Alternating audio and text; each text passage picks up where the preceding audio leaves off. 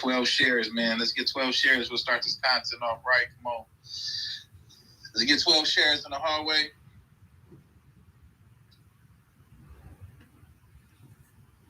Let's get these shares up. All right, hit that like button on your way in. It's free. All right, now how the fuck do I get you this what you call it? Yeah, we live. We on YouTube. And now I just need to get this nigga Yael this link. Let's get the shares up. Share this motherfucker, man. Give me some of that vagina. That nigga crazy. It was a meme on it was a meme on Instagram, right? You stupid. Yeah, I think they did like an R. Kelly remix, bro. I was crying. They got to share that shit on my Instagram. I was crying. Okay. Orlando Brown voice, that shit had me crying. Okay. Share we in the chat, and then here it go right here. Share. You know what I'm talking. I'm gonna say, give me some of that vagina. That nigga stupid. Give me some of that vagina. All right, let's see. Yael.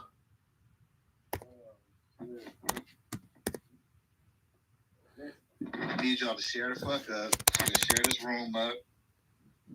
I know how to do it. Let me see. Come on stage, change that car. Come hop in the car, we going far. We chilling with some real hood stars, some real brimstones, you feel me? Tap in for the win. Let's go. Tell me if this lets you get on, y'all. I'm sending something to your IG right now. Let me do it from IG. Spider-Lo could probably help me with this part. Salute, Matrix 2030, Morpheus. Salute, J1. Salute. Hey, Spider, how can I get him the link from StreamYard? SPI? Oh, he on the phone. Yeah, you gotta get StreamYard and send it to the pad, not the you sent the page yourself. Bro, I put it on moderation participants J1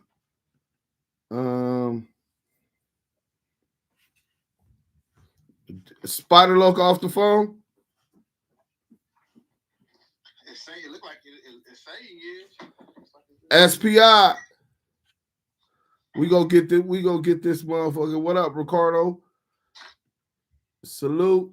Let's see if we can get this going too. I got work in the hour.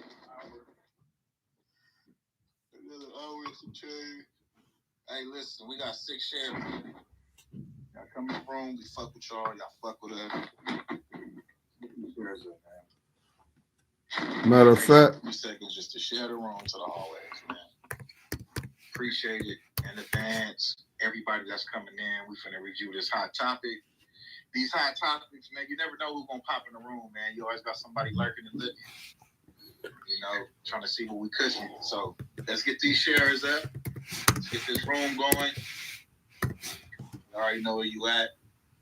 Double keyway conversations. You got 8 shares. Let's go, baby. Let's go. How many people got in the room? 3, 6, 9, 12.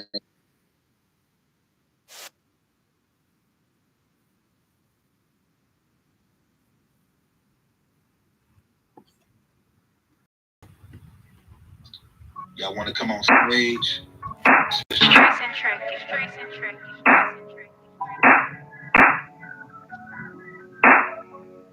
Just a little bit on my feet, on my teeth.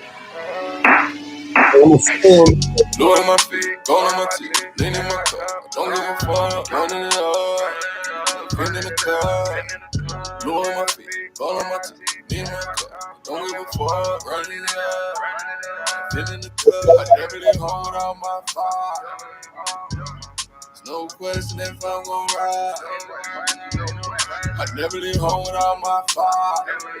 There's no question if I'm gon' ride. Get your money. Niggas seem to act like you slow, like LA traffic and rush. Bitch, I'm just stacking my dough. I stay packing that ratchet like a Joe Moses show. You niggas strapless like Brazils won't buy a bad hoe. While suckers Lancaster living, how niggas giving support against Crips and SA. One real brims at war. You nigga pussies, beauty pageants, Ohio. and I'll let you have it. Plastic semi-automatic, 40s asking for passes. I'ma need that, you get this smashed like cashews, cause cashews everything around me. Remember that dude, I ain't booed to bank account, resembling bank loot. A quarter ticket from the sponsors, cop the all flame coupe. Blue in my feet, gold in my teeth, lean in my cup. Don't give a fuck, running it up. Pin in the cup. Blue in my feet, gold in my teeth, lean in my cup. Don't give a fuck, running it up. Pin in the cup. I never leave home without my fire. There's no question if I'm gon' ride. Nigga live by the gun, I'ma die by one. But it's still for 12, whether I'm down or in jail. From the fruits to the deuce, man. Coupe look like I'm Bruce Wayne. Fly in Suburban GTC, bass kick like I'm Luke Kane. The truth came in the flesh of M and a pair of flame chucks. Red flag to the right, brim cock to the right, do Sims get flamed up. Still rep the drive, my niggas with life. Those who got snuff, like Skull, a soldier gone, mean folks go more. Prize who's a must. Let's get dough and blow Skrilla. The troops hating ass niggas. Don't hate, that's what they Put do. that We link just keep before racking and figure like a pool ball. we gonna check that out. Waist moving, U-Haul, crates full of grapes, 9 to 5 niggas, pussy is RuPaul. How you ball, Bantam Lee, teabagging a vanity. Look like she throat the swipe, left me thinking about marrying sight.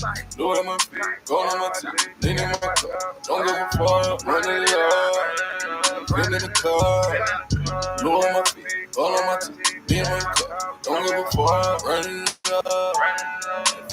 I never leave home without my fire. There's no question if I'm gon' ride. Nigga live by the gun, I'ma die by one. But it's still for 12, whether I'm down or in jail. That's Duke Sims featuring California Doughboy. No questions. Y'all can check that out on all platforms. I don't know how the fuck I can't get pull Polo up. I don't know how we got the Damu Kiwi conversations going on. We on StreamYard, even though I can't get my fucking host up here with me. But today we on Clubhouse. If you on Clubhouse, go follow Active Chucks. You can catch all of our content on YouTube at Active Chucks. And if you on YouTube, you can go follow that motherfucking club, Damu Kiwi Conversations. Follow all the moderators, the homie Yael, the Low. Shout out to the Hub. You know what I'm saying? Go follow Bomani. Shout out to the brother. Shout out to Hot Girl Taz, Big Messy Marv. You know what I'm saying? Sleaze. I don't know where the homegirl at, but she ain't in here right now, so we ain't shouting her out. So she gonna be pissed off. I bet you she gonna be in here next time. But no, she on vacation. She outside. Okay, as she should be. So what we gonna do? We gonna get into this Munchy B content. Hey, y'all want to say something about it before we start it? I think it was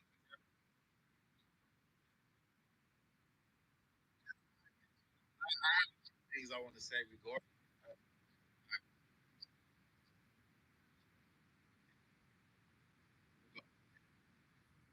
rappers that I really like get close to on a personal level.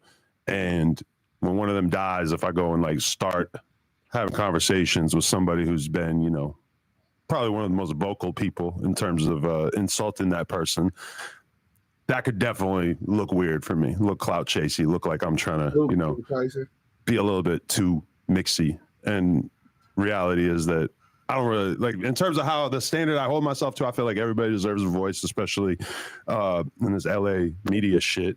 And, you know, I don't think it's right for me to just like block somebody from being on the podcast just because they don't get along with somebody that I'm close to. So, you know, I feel like it's a valid conversation to have. Yeah. You know, you got the clout chasey title anyway, though. You know what I'm saying? This is true.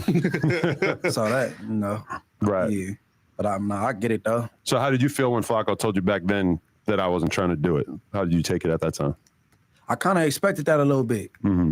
I kind of expected that because, I was saying, you was like a real supporter of dude. You know what I'm saying? And you was at his court dates and shit. You know what I'm saying? So I kind of like, you know what I'm saying? I know a little bit more than other people know as far as you in this relationship and shit. So I kind of expected it a little bit. So we just went on and did it on Flako channel. Right. It's his get up. You know what I'm saying? Listen, and each clip, right? So like, for example, like when we first dropped it, I think like the clips was, the clips did probably like, I'll say like 2,000 like first day. But now like I went back and checked to see like what the clips was.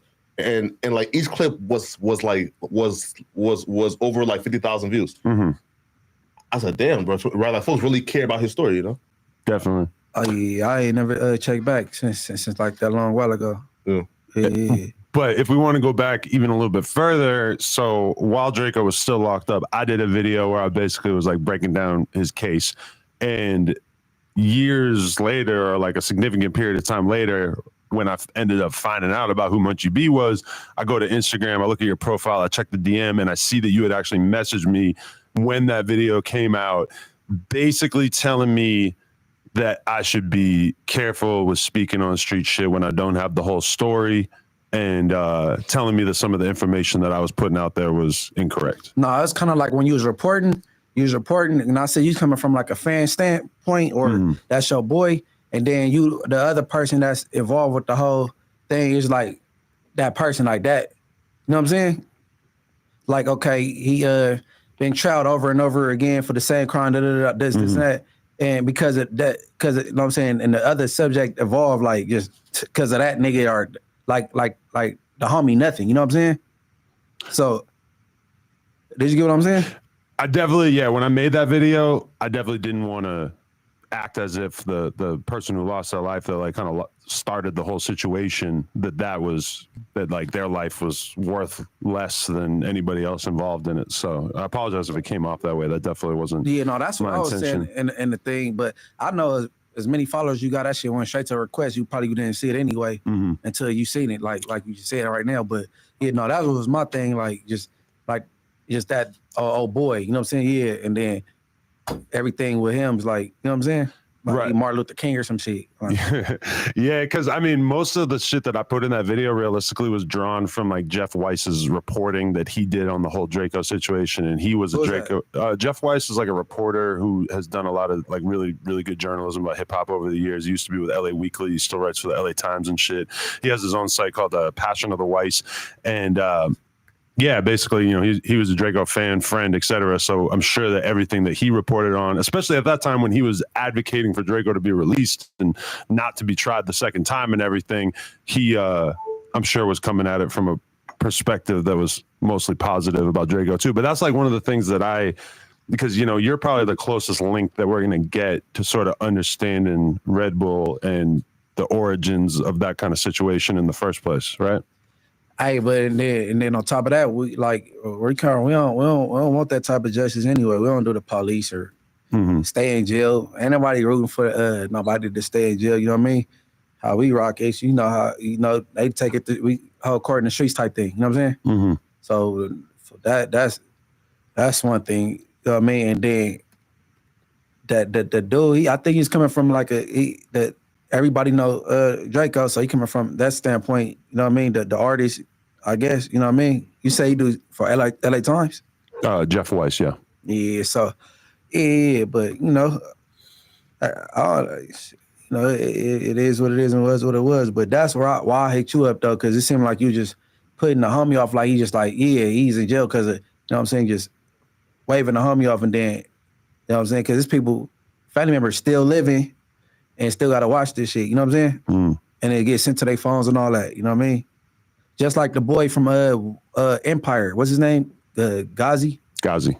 Okay, Draco dropped a project after his passing, but like 5 of the songs on there is disrespecting me and referencing me. So then if I say something, then I'm disrespecting the dead, but y'all put a project out after he passed away, still disrespecting people though. So then what? So if I say something back, then I'm the bad guy, right?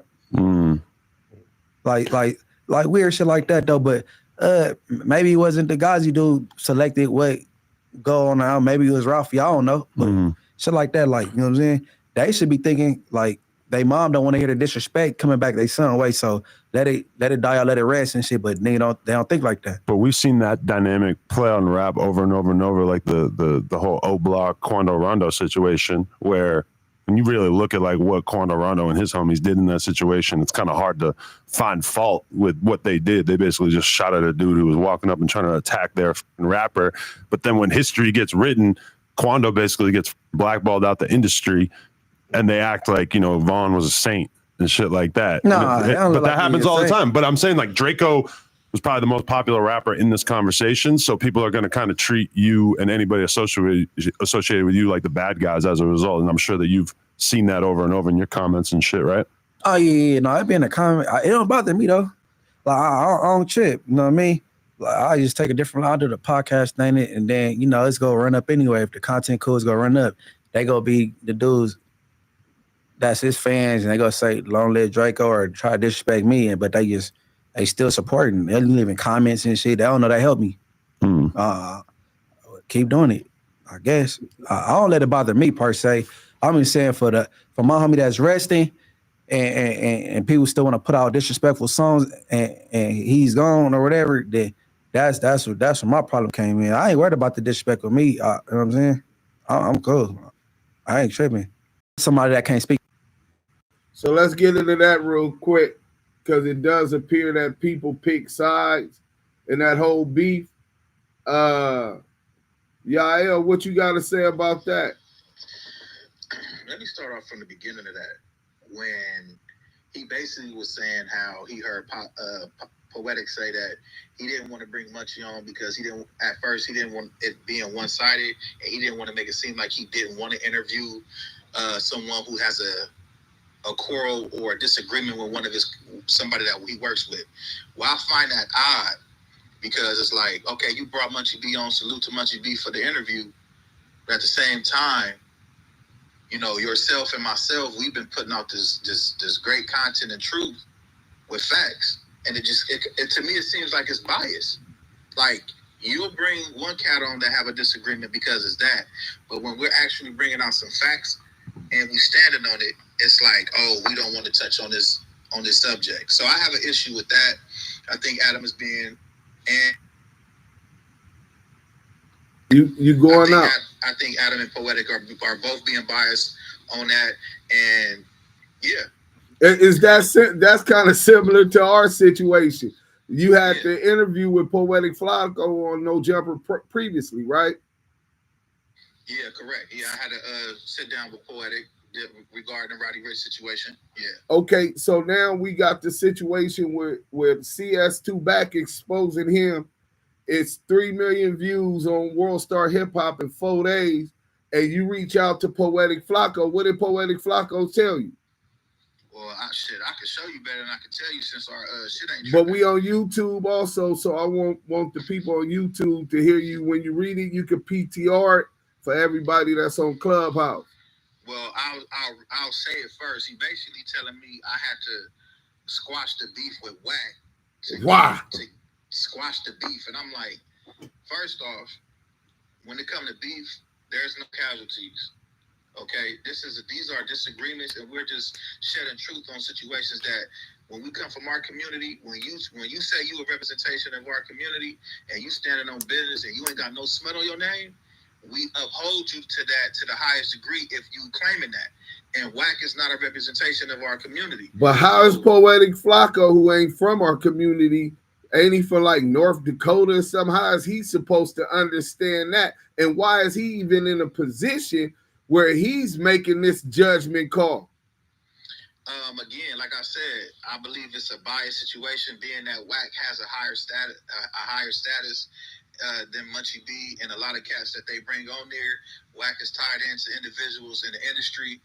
His association dealing with artists and individuals that are in the industry. I believe that they're upholding that to the highest degree of, oh, he's made it and this and that, and they're friends with him. You know what I'm saying? They friends with this individual. You get what I'm saying? So it's going to be biased. They're not going to give it a fair shake, because if it was a fair shake, we'll be on the show right now giving our stance, and people will be like, damn, like, y'all really standing on what y'all standing on. Yeah, we really come from where we come from. And when you stand on it, rest assured you're going to be tested on the shit you stand on. But real quick, if you look at my PTR, this is what Poetik Flako told me. You get what I'm saying? And then my reply was, as you see right there, it says, nah, we got the work. You feel me? I said, you and Wack gotta squash this beef, big bro. I'm like, nah, we got the work. Meaning, I can't do, it's no beef, but at the end of the day, it's me standing on what I'm standing on. I'm standing on business, I'm standing on morals and principles, and I'm standing on the facts. You know what I'm saying? We're not putting out fake work, we're not creating fake paperwork. Like, yeah, we don't pump no fake dope, bro. You know what I'm saying? That'll get you hurt out here. You feel me? So we know anytime I say something about a nigga, rest assured, 100% it's gonna be true, bro. All I got is my word and my balls, and I don't swing the other way. So you're gonna have to take my word on this one. And let me say this, cause I just got back to the room. I hope it sounds like I'm on point. Recently, I heard it said that somebody online said they don't know why I'm standing up for Big U, because we in the midst of this character conflict. And Wack Hope No Honey is a common target. I fuck with the homies, the Crips, the Dot Moves, the Keyways. However, let it be known, I've been on Hope No Honey head eons before any of this. It just so happened it's a simultaneous effort at this time, because I've been on it, but I'm not standing up for nobody. If you stand on his own, I stand on mine own. What he got going on with that man, what he got going on with that man, what I been have going on with the little buster ass nigga Hope No Honey, it's been going on. It ain't got nothing to do with what they got going on. That's it. Well, I think Spotterlo, good looking out for that. Yeah, good looking out for that. Keyway conversations. If you on stage, make sure you switch to the Damu Keyway conversation PTR. Let's get back into this audio. Speak for themselves. And then when I do it, like, it's a problem. Nobody see who thought of Rock, you know what I'm saying? But then again, it be the popular vote. So, it's, it get like that. Definitely. Yeah, I mean, so I don't know how much you want to say about it or what is, appropriate to say or whatever, but obviously this like feud that ended up realistically with Draco losing his life, it started a long time ago. And when you sent me that message, it made me realize that for sure I probably like glossed over the situations early on that kind of started the friction in the first place, particularly this pajama party situation where Red Bull ended up losing his life. But okay, what's your relationship to Red Bull in the first place? Because everybody remembers this interview on Street TV of you and him both posted up on the block doing this interview together a long time ago. Like, what was your relationship with him? That's my homeboy, little bro. I got his face tatted. That's my real homeboy, little bro. Real close knit, closest family, all that. Mm-hmm. Yeah. So, but what you mean, like, as far as what like you said, like elaborate off what? I mean, like when I made that video, I was basically telling the story from the perspective of Draco and shit. Whereas when you sent me that DM, I kind of thought about what I said in that video, and it made me realize that I did probably gloss over the relationship or the person who lost their life. So basically what Adam is saying is when he made the statement he wasn't going to interview Munchy B and he made a decision, he didn't take into consideration where the beef started by. He just picked sides. Similar to what these Poetik Flako and No Jumper is doing today as it comes to what's going on with Wack 100.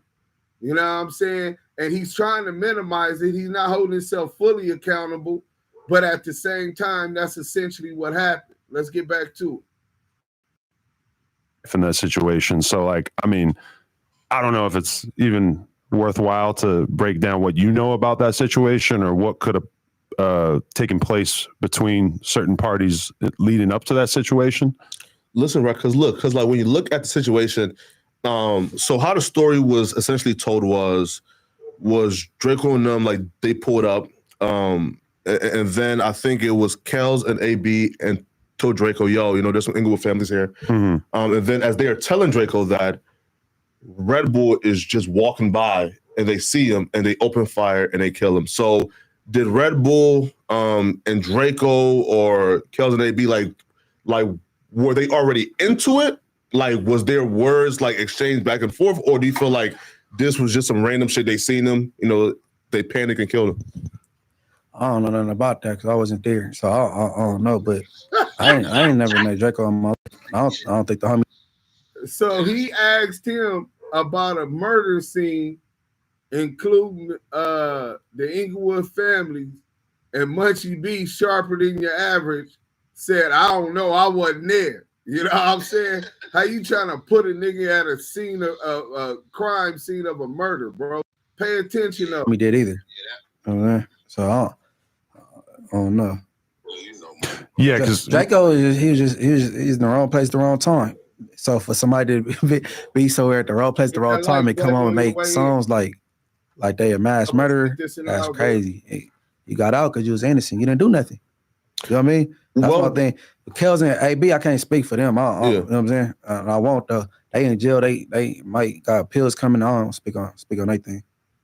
Well, like, okay, but wasn't Draco alleged to have like drove with the getaway car, right? Like, would drive off the scene. So if that was why he was being charged. Yeah, right. So essentially, his innocence could probably be called into question in terms of his role, right? Because if he was the getaway driver, well, he was found I'm not guilty, right?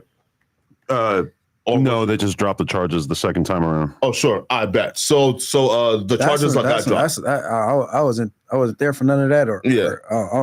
No, but if it's true though, like, hey, because when you talk about stuff like that, getaway drivers and all that, even though he resting or whatever, you still got people that's true in the pen, or they probably looking towards the pills or whatever. You know, that shit, even though the case be over, that should still be. You know what I'm saying? I don't even like talking about stuff like that. Wait, the rest, but true.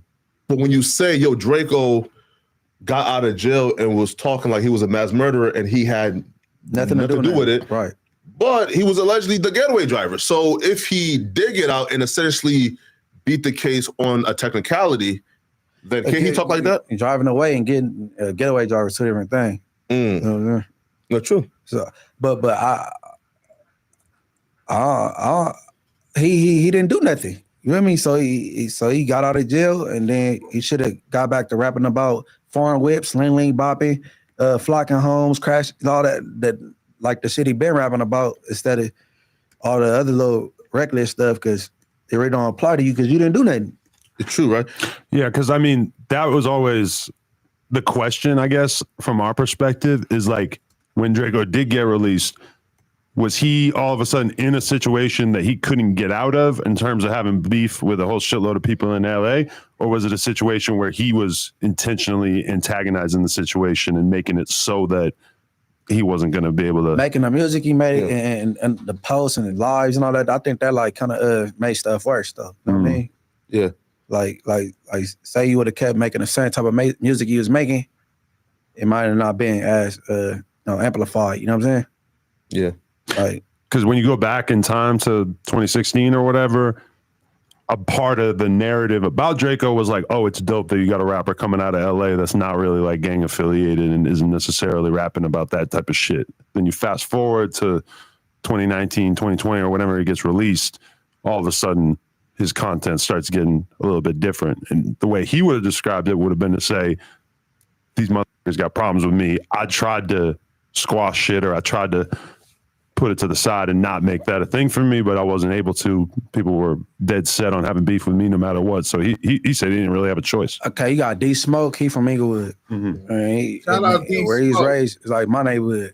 Don't nobody associate him with no kind of gang, nothing. Right? You got Problem. You got Kendrick Lamar. They grew up where they grew up. Ain't nobody trying to call him no Pirus or none of that. But you got him. You know what I mean? He want to associate himself with certain groups. You know what I mean? Yeah. Certain groups that don't, you know what I'm saying, typically mess with us. You know what I mean? 60s, roll 100s or whatever. By design. You know what I mean? Yeah. You want to align yourself with these people because of the case unit card or whatever. You know what I'm saying? You didn't hear about all these little affiliations and all that before the case. You know what I'm saying? So like a lot of stuff people bring on themselves. You know what I mean? Yeah. Listen, so before the Red Bull death, was the conflict with Draco and the Sting team, was that just some rap shit or was that some street shit? I never paid attention. I never knew nothing about none of that before then. Sure, right? Because why, like I asked that is, because in 2016, and I think I got the month here, right? Well, you talking song with Sean Mack? No, look. So Draco released, I think it's like Chunky Monkey, right? And a short time and afterwards, according to, I think it's like the Fairway article, so Draco cousin got robbed. Too Shitty and Catchy and Draco were all, I believe, and shot at on separate occasions, right? So from the perspective of the fans, and we're thinking, yeah, this is just some rap shit prior to Red Bull dying, but apparently, you know, like the Sting team and Draco were engaged in, you know, a heated, I guess, street conflict with the Inglewood families even before Red Bull passed away. He went to jail, some Red Bull related things, and then he got out of jail. Then did the Chunky Monkey video. Oh yeah. Oh, bad. Right. So Red Bull's death was before Chunky Monkey. But all the last shootings and stuff, I don't know. Yeah. I mean, when you burglarize people's houses, it might be the person's house you burglarize. I don't know about none of that. Yeah, no, you're true. Yeah, I don't know about that shit. As far as you and him dissing each other, though, because obviously a lot of people, it's kind of the other elephant in the room, is that Draco, in his final interview that I did with him, he was dissing you, and I had no idea what he was talking about. AD told me to leave it alone because he kind of figured it out partway through, like, oh, shit. When did things become, you know, when did that become a thing between you and him specifically? When he started referencing the homie in songs. And that's, and you know, the homie can't speak back. So I spoke. That's all that was. So then, cool. like, it's a gang of homies from Inglewood. They, you know what I'm saying, they focus on their careers. You know what I'm saying? They don't want to veer into the rap beef thing, and they take it a little bit more serious than I do. I know how to rap, you know what I mean? But they got real situations and shit. So, you know what I'm saying, Lil Deuce ain't trying to diss this dude. Rochi ain't trying to diss this dude. Scheme ain't, you know what I'm saying? Yeah. Not that they scared, so they like, man, you know what I'm saying? So I got it, you know what I mean? And 2016, I remember Ruchi and Draco being around each other. It was all good. Right. That's prior to the beef. Yeah. Right. That was cool. I never met the dude Draco. I don't know nothing about him. Mm-hmm. I don't know about none of them really. I don't know them dudes. Like, except anybody that's probably thinks that's gangbangers, I know who they is. The rest, I don't know them dudes. Like the pimps and the flockers, I don't know them. Never met them. So how do you feel when you heard about him saying that on the podcast, blatantly taking shots at you? How I felt disrespected. Yeah, what you mean? Yeah, I felt disrespected. And then you know, most rappers they pop out. LA rappers, they at all these little clubs, like these people, they not in the place to be. Them particular groups. So I'm like, and they saying all this on this large platform disrespecting me, but I can't even get my lick back at all. You feel me? Cause it ain't like I'm gonna run into you niggas. You know what I'm saying? I'll be Airbnb'd up somewhere, just in the studio of Atlanta or something. Y'all not at these clubs and places and stuff. You know what I'm saying? Yeah. Yo, and where were you when you heard the Inglewood song, right? Or like, how did you even like find out about that particular track? I can't remember. I just heard the song. I can't remember. I can't remember where I was at, but I didn't find the song tight though. Not even because come on, Munchy. You can't hate, bro. No cap. I heard harder out of him. That I'm like, maybe it was the beat or something. Like it wasn't hard. This man said, Munchy, I'll put 50K on a blind nigga head. He didn't even see it coming. That's crazy. Come on, bro. And he didn't get no money back. Who somebody got some free money? That's true. Because you're alive. That's true. Hey, no, it's true. Because you're alive. That's true. Hey, no, that's all I'm saying. It ain't even fair for people. It was a hard bar, though, right? Nah. Go ahead. On that. Am I the only one under the opinion that's just like in bad taste? As far as what?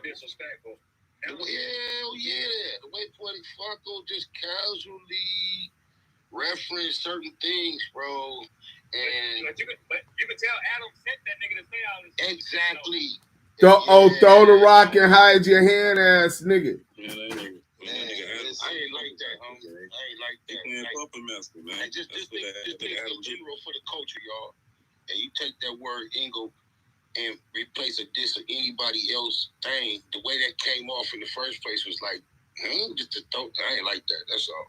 Yeah, you talking about some certain type of breakfast food. And would have said that to me, I probably would spit on it. Remember. Well, hold on 1 second, Chevy. Remember this though, Spider. The content that you put out is strategically for a certain type of crowd. True. How he did what he did, that was a clickbait.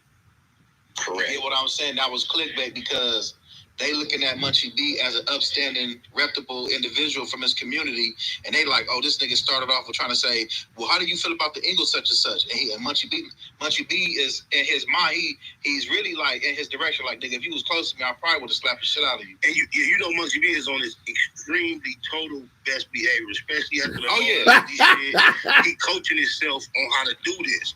But if you go listen to Poetik Flako talking to Akademiks in the wake of his O3 Greedo shit, he got a chip on his shoulder. As far as clout chasing and trying to go viral. And West Coast natives apparently making him feel like he has to abide by certain protocol when he discusses our culture too. You gotta go listen to him. He talking like some really high power type statements. I'll say this. He also calls himself the voice of West Coast hip hop.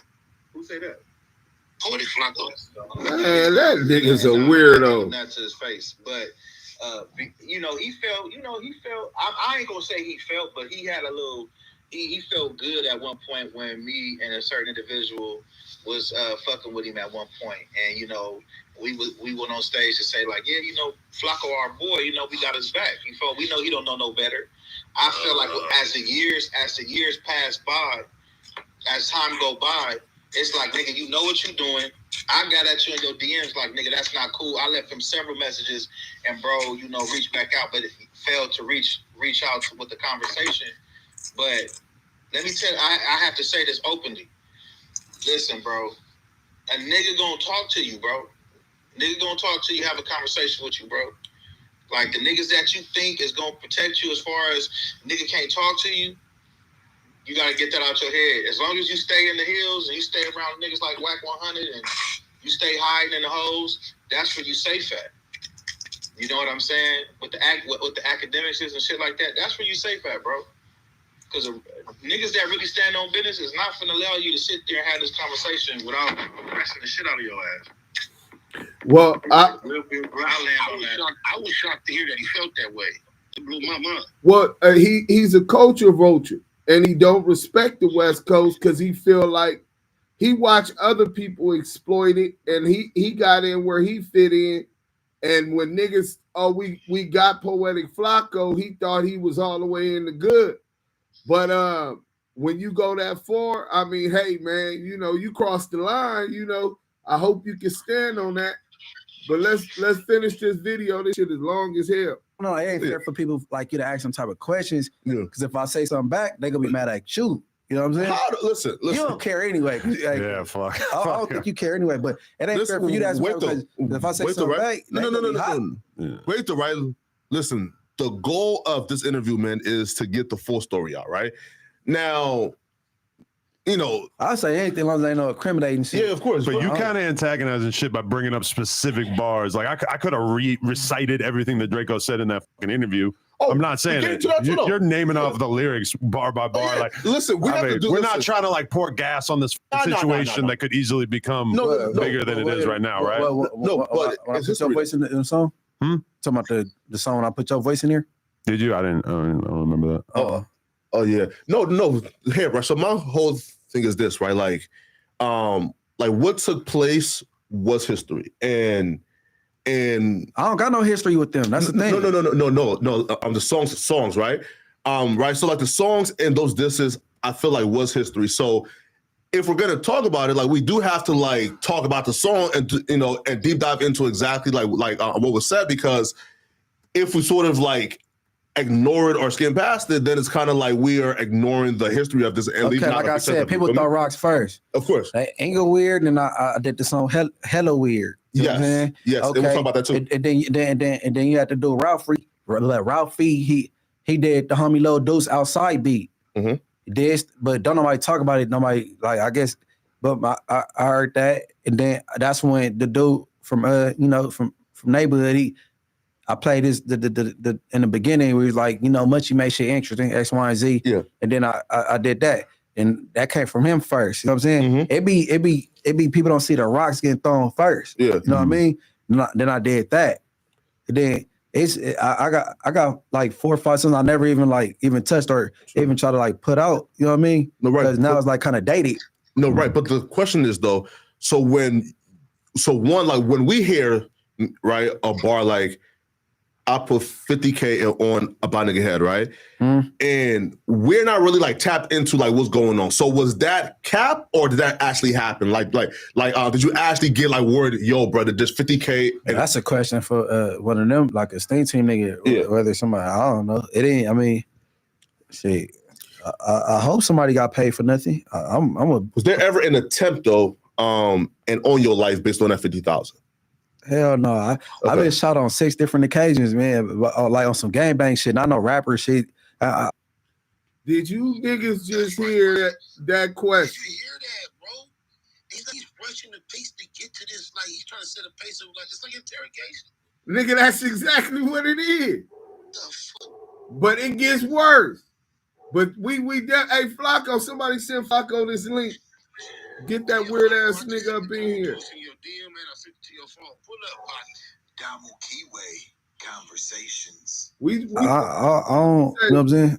Hell no. Yeah, right. Here, right before like we actually like take like a deep dive into some like the Draco and MC shit. Can we actually like just like just hear more about him? Sure. You feel me? Right? Yeah, right. So here, so you're from where? Englewood. Born and raised. All right. Now, I think you was first arrested when you were like, what, 13 or 14? Wait. Yeah. Hey, Spider, yeah, and like, what happened there? Go ahead and speak on that. To use the derogatory term for the city, and then to come 5 minutes later and have to clarify, it lets you know he's out of bounds. The only type of person that will speak to Munchy like that is somebody outside the culture in the first place. He's a little bit in over his head, bro. That ain't no excuse. That's like a nigga accidentally shoot you. You gonna excuse me? Or you gonna... Yes. Exactly. You being from wherever you from, Flako, going into these areas and throwing the random gang signs you saw on the internet and act like it's not supposed to come with a consequence. What they say about ignorance of the law? Ignorance of the law? It's no excuse. It's no excuse. Hey, real quick, did you catch how he identified the song as being right? And then you turn around and ask Munchy where he's from. Right. You know what city he's from. You want to know where he's from, so you can come on, bro. I don't know if that's one of them. I think he wanted an actual classification. Flako's a goofy, bro. First and foremost, when you mind your own, you live long. You learn that. And if you from the street, that's one of the first things you learn. He ain't from the street, this weirdo from North Dakota. So then he gets into, from a journalistic point, into these street politics that he don't understand. He has no credibility to even be speaking on, and Adam is giving him the platform. This is a major issue, bro. but we finna get back into the video because it get worse. Hit that like on YouTube. I had little dumb arrest to only make it to the station. Then my first arrest was attempted murder. And you was how old for the attempted murder? Probably 13 or 14, ninth, like summer grade, summer going to the ninth, going to the 10th or ninth grade or something like that. All right. And then what did they accuse you of doing? So attempted murder, like what did they say that you do? Some little whatever number of robbery and attempted murder or whatever. Shit. Where? Like you went to somebody's house to rob them? You robbed them in the streets? Like how? In the streets. And was they like an enemy or you just seen them? Nah, shit, man. Shit, you want some money. And it went wrong. Here, all right. So like, walking through it though. So you 14 years old, and where are you at now? Like you are at school, you are at the park. Like where did you see this person? That's why I say time is idle. What they can say, idle enemy or whatever how that shit goes. Yeah, of course. I had summer school and it's the first. I only had one class because I ain't no dumb nigga. I only really had one class just so I could leave early, and then I linked up with some friends and then we tried to get some money and it went bad. And was that the first time you? And I'm the only one got caught. That's it. And then I came home and nobody else went to jail. You know. No, right? Because I think you tweeted, man. When you was 13, your mom had to like made you promise that you won't shoot. You know, like right. Listen, at 13, you said that your mom made you promise that you won't shoot nobody else. So was that person the first person you shot, or was at that time, bro, you was a real active nigga? Shot. Yeah. Wait.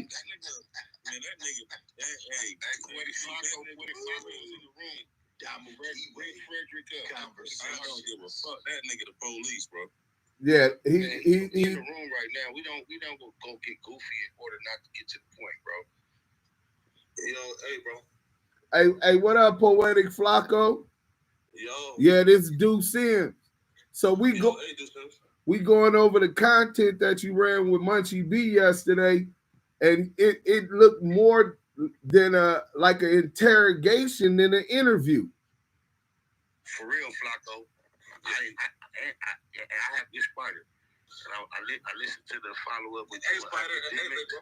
What up, dog? Appreciate you pulling up, man. I respect that. I listened to your follow-up on the Greedo shit with Akademiks. I didn't know you felt like you was the voice of the West Coast. I'm getting to learn you a little better, homie. Now, I would like to know, where did you consider, how did you feel to develop that statement, that confident to say that? No. Right, so like, just ask me the first question. So should I answer like that first? Yep. I could talk to you about mine later. Go and holler at the homie. Yeah, right. So first off, man, listen, man, I'm a huge fan of Deucems, of Yael, man, of Spider Loaf, right? So, you know, it's an honor to be here, right? So, in terms of like in terms of it coming off as an interrogation, I guess, bro, like there really wasn't like my intention. You feel me? I guess like, you know, bro has an extensive history, right? So, so when I asked, you know, like some questions, right? Like I try to give like a timestamp or a time date, right? And like when it comes to like the questions that folks think is police, I'm only asking questions that was already public, right? So like, for example, you know, and if bro tweeted, yo, how you hop to a hood that we used to spin on together, well, he made that public. He said that he used to spin on a certain hood with somebody else, right? So when I asked about it, well, I'm only asking about something that you know, like that was typed up and tweeted to millions of people already. So I guess I don't see that as me being police or interrogating him when I'm just asking questions that he put out there, you know? Oh, okay. Well, I find that disingenuous, right?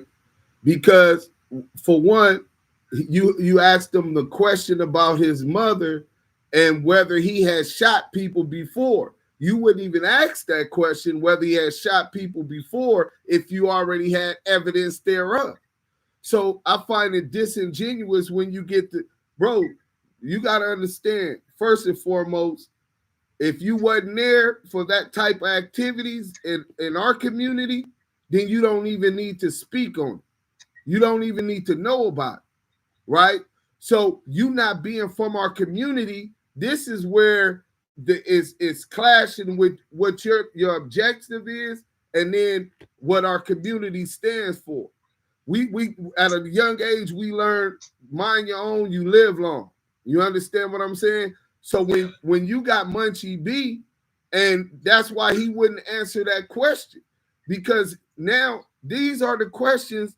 I've been in under investigation for homicides and attempted murders. These is the type of questions that the interrogators are going to ask you to try to put you at a scene, to get you to commit. Everything you say can and will be used against you, to get you to put you on the scene of a crime with no statutes of limitation, right? On top of that, get you to give any incriminated information. So say he said, yeah, you know what I'm saying? I done shot about 8 niggas, this and this and that. That statement that you asked, what you saying coming from your heart, what wasn't inclined to get nobody locked up, I beg to differ, but they would be able to utilize that in court if he got caught for something 2 years from now, to prove to a juror that this is his MO. Hey, look, just notice how Cat Williams told Shirley Sharp, "You created a safe space," and he kind of gave him the goat of what he doing, and he didn't have to pry for the juicy shit. Yeah. He created an environment where the guest was comfortable giving him what he wanted, and we know what your intentions are. And I think if you just create that more comfortable space, people will be more comfortable giving you the content. It won't look like you're prying. From an outsider and a fan, it seems like you should approach them more so. Are you comfortable talking about some of the things? You know, if you would have came like that and left him the opportunity to go deep if he chose, I think it would have been more tasteful. Yeah. Listen, bro, like, listen, yeah. Listen, when it comes to, like, you know, like, Dude Sims a spider, right, bro? Like, when y'all speak, bro, I digest it. I'm wrong, right? I can only, like, just kind of just tell y'all where my mindset was, right? And where my, mindset was, bro, I told Munchy B, I'm trying to do a life story interview, like on a podcast, right? Where we pretty much just run through your entire life story and everything that you've been through. So from my perspective, right, is when he did tweet out, yo, my mama told me to stop shooting niggas. Well, that would imply that he had already shot niggas before. So when I asked the question, I'm just asking him just based, again, right, like just based on the perspective of, because I don't know like how like the statute of limitation work, right? I'm just asking just based on what he had already put out there, right? Because if he put it out there, I would imagine that he wouldn't be putting things out there that could get incriminated, you know? Hey, Yael, I know you got the next question, right? But before you get to that, let me build on what he's saying. So one time I was about 14 years old, and my mom found my pistol in the house, right? And she was finna drop me off at on Clubhouse. She was finna drop me off on 39th at the homegirl Miss Chalet house. And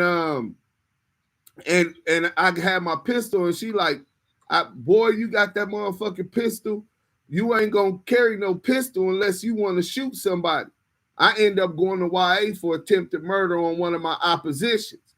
So she understand that what a motherfucker doing. We from LA, this is customary in our culture for those who participate in those type of things. But that's something that she could have said right now. I mean, right then and there, like that means you shooting motherfuckers, right? Even though previous to me going to YA, there's no evidence that I ever shot somebody. It was an assumption. So, yeah, so it's like, and then you said your intentions, and then I'm gonna let Yael come with his question. You could be well-intentioned and kill somebody. Like, say right now, you're not a medical doctor or nothing, and somebody shot, and you're first on the scene, and you like, oh man, are you all right? Hold your head up. You move in the body. They said, I'm thirsty. You give them water, not understanding that what you're doing is causing damage. And I'm gonna leave it right there and let Yael build upon that. Flako, what up, nigga? Yo, bro. Hey, so and like I was telling Deuce and SPR with the whole room, you know, we had a conversation.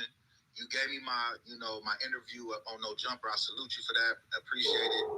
Everything. But this is where Flako. Me and you and Rockstar had conversations, yes? Yeah, of course. We went out, we had all kind of conversations, and one of the conversations I remember having with you is that there's some things you ask, and then there's some things you give a person a chance to ask, because as street affiliates and people who come from a certain community, you don't want to give a person that platform and then ask them a question knowing that it can implicate them in a situation that's pending or that has no statute of limitation on it. And I remember us having them deep conversations because we cared about you. You know, we was like, hey, look, we fuck with you. You know what I'm saying? Niggas got your back.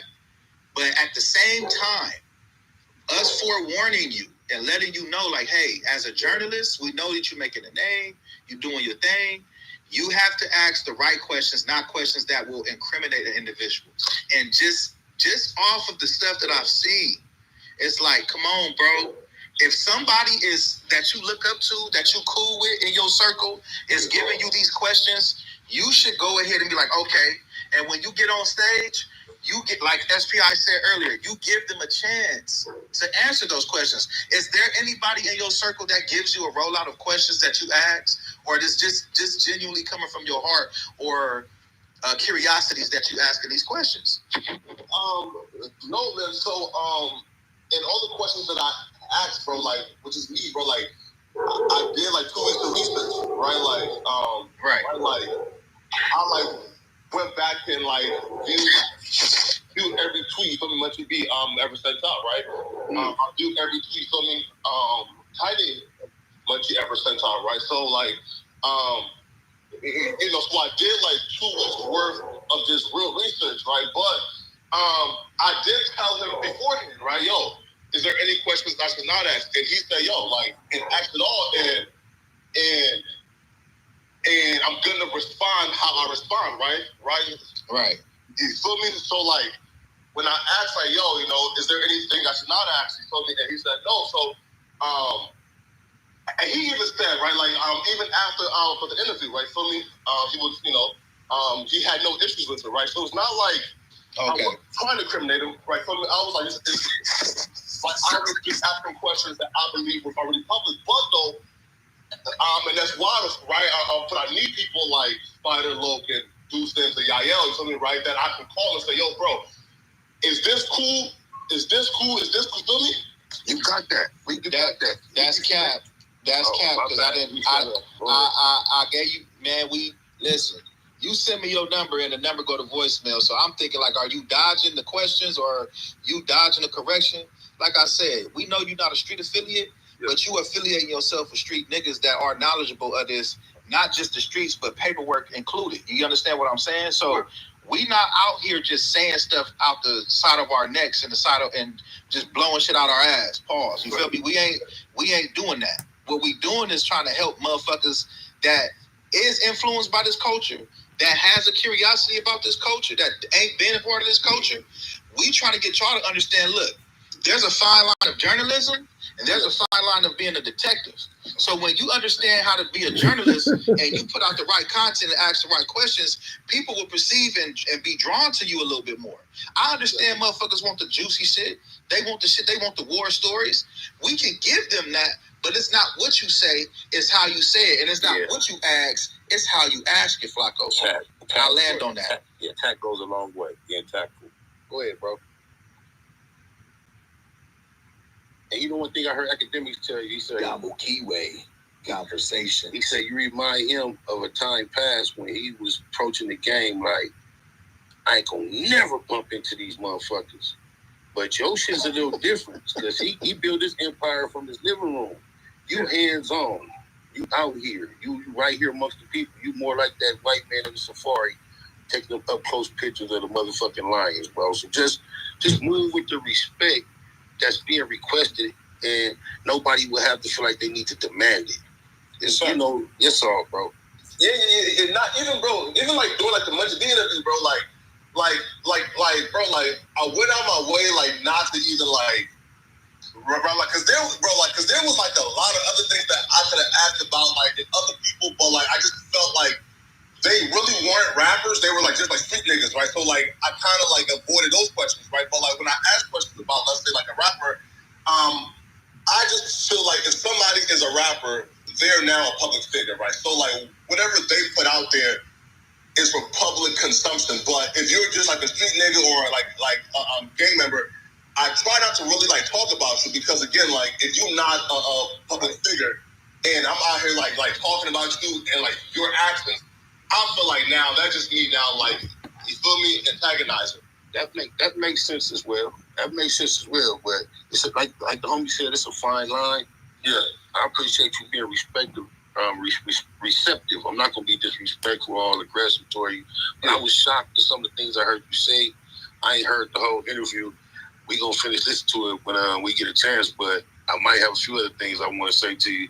But I appreciate you pulling up so rapidly, man, and reacting and responding.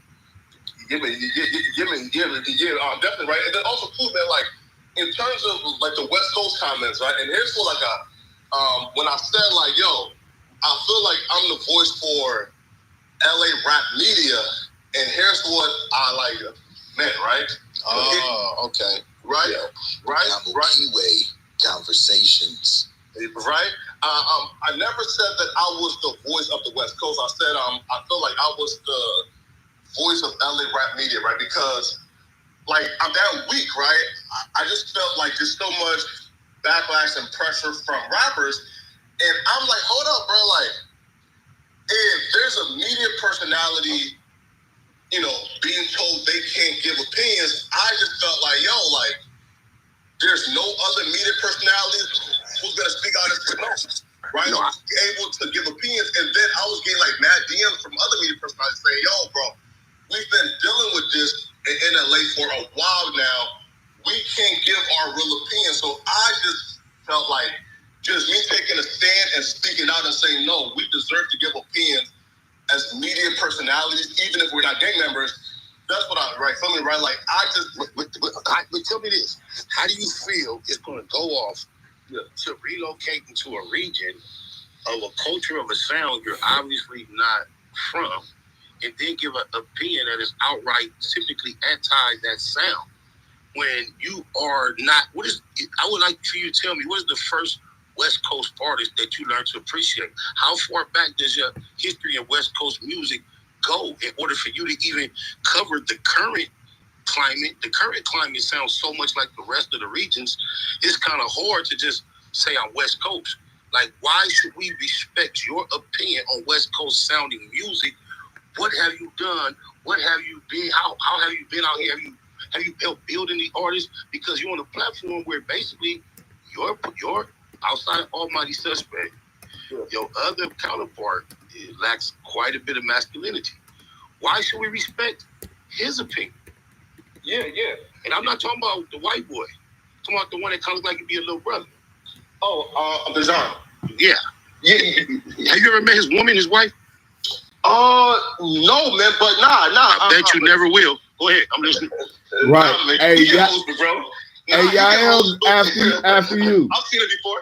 Okay, but let me just tell you this: when your opinion is coupled with his, yeah, and Almighty Suspect, that's the homie.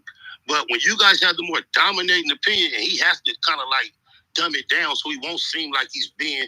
You already went through that whole big blow up with him, like he'd be too aggressive, and y'all opinion be more dominant than his. Yeah. He really is the heartbeat or the pulse of what opinion would be from the inside of the West Coast on your panel.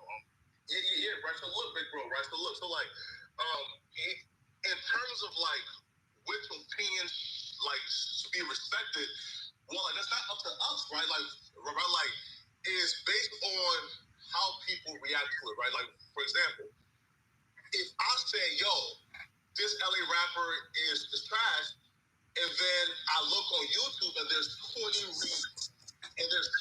reaction videos and like 30 IG lives of people like counteracting like my opinion and like caring about it. Well, and then guess what? Like they're now validating. Oh, okay, right? Like, and his opinion like obviously matters because we are now reacting to it. Opposed to if I come on live and say, yo, this LA rapper is trash, and nobody says nothing, and everybody says, man, bro, like that nigga is goofy, like we're not even giving that like any type of response. Well, then that proves now that my opinion doesn't mean anything, right? Nah, I get. Let me get on this. Let me get on this real quick, Spider. Let me build on this. No, hold on. You built enough. Hold on. So as far as the opinion, first and foremost, you talking about people that you don't know. You talking about financially as it affects your pocket. And you're talking about people who you don't know, who's on the internet that could be in butt-fuck America, who have no influence or say-so in their own community, let alone in the communities of South Central, Compton, Watts, Inglewood, Gardena, where these is real live repercussions behind what's being spoken. So when you talking about basically essentially what you're saying is, as long as you get a reaction from somebody because you had your voice had no value or validation, now because somebody, despite who those people are validating and giving value to your statement, whether it's for or against, it lines your pocket. So now you believe relevant. Well, where we come from, your money, nigga, we take your money. So your money don't make us make you relevant to be speaking on issues within our community. You have people that have reputable reputations within their community or their neighborhoods, and those are the dudes who earn the right to have not only us say, but in some cases the final say on what we will tolerate and won't tolerate within our community, and whether or not it's going to be a war or not a war, whether or not we working to save lives or we working to take them. So these are the things you got to take into consideration. Spider, you can go ahead and build off that, but Yael has something to say too. All right, I'm in and out. Art is subjective. It's to be appreciated or not. To go to an artist and say that their rendition is trash really causes you to come across as ignorant, because you can go to an art display where we can't even make out what the paint is supposed to be, and it goes for more money than you ever see in your life. Yeah. And it looks like trash to us. And you are in an arena of art, so keep that in mind. Yeah. Not right. Hear me out, right? Like, conversations. You're not wrong, right? So here's where I guess, and I defer, right? Is I think that everybody should be able to have an opinion. Now, whether or not that opinion should be respected or not is based on like the people, right? Like, for example, Spider, Logue, Deuces, and Yael, y'all are respected people of this community, right?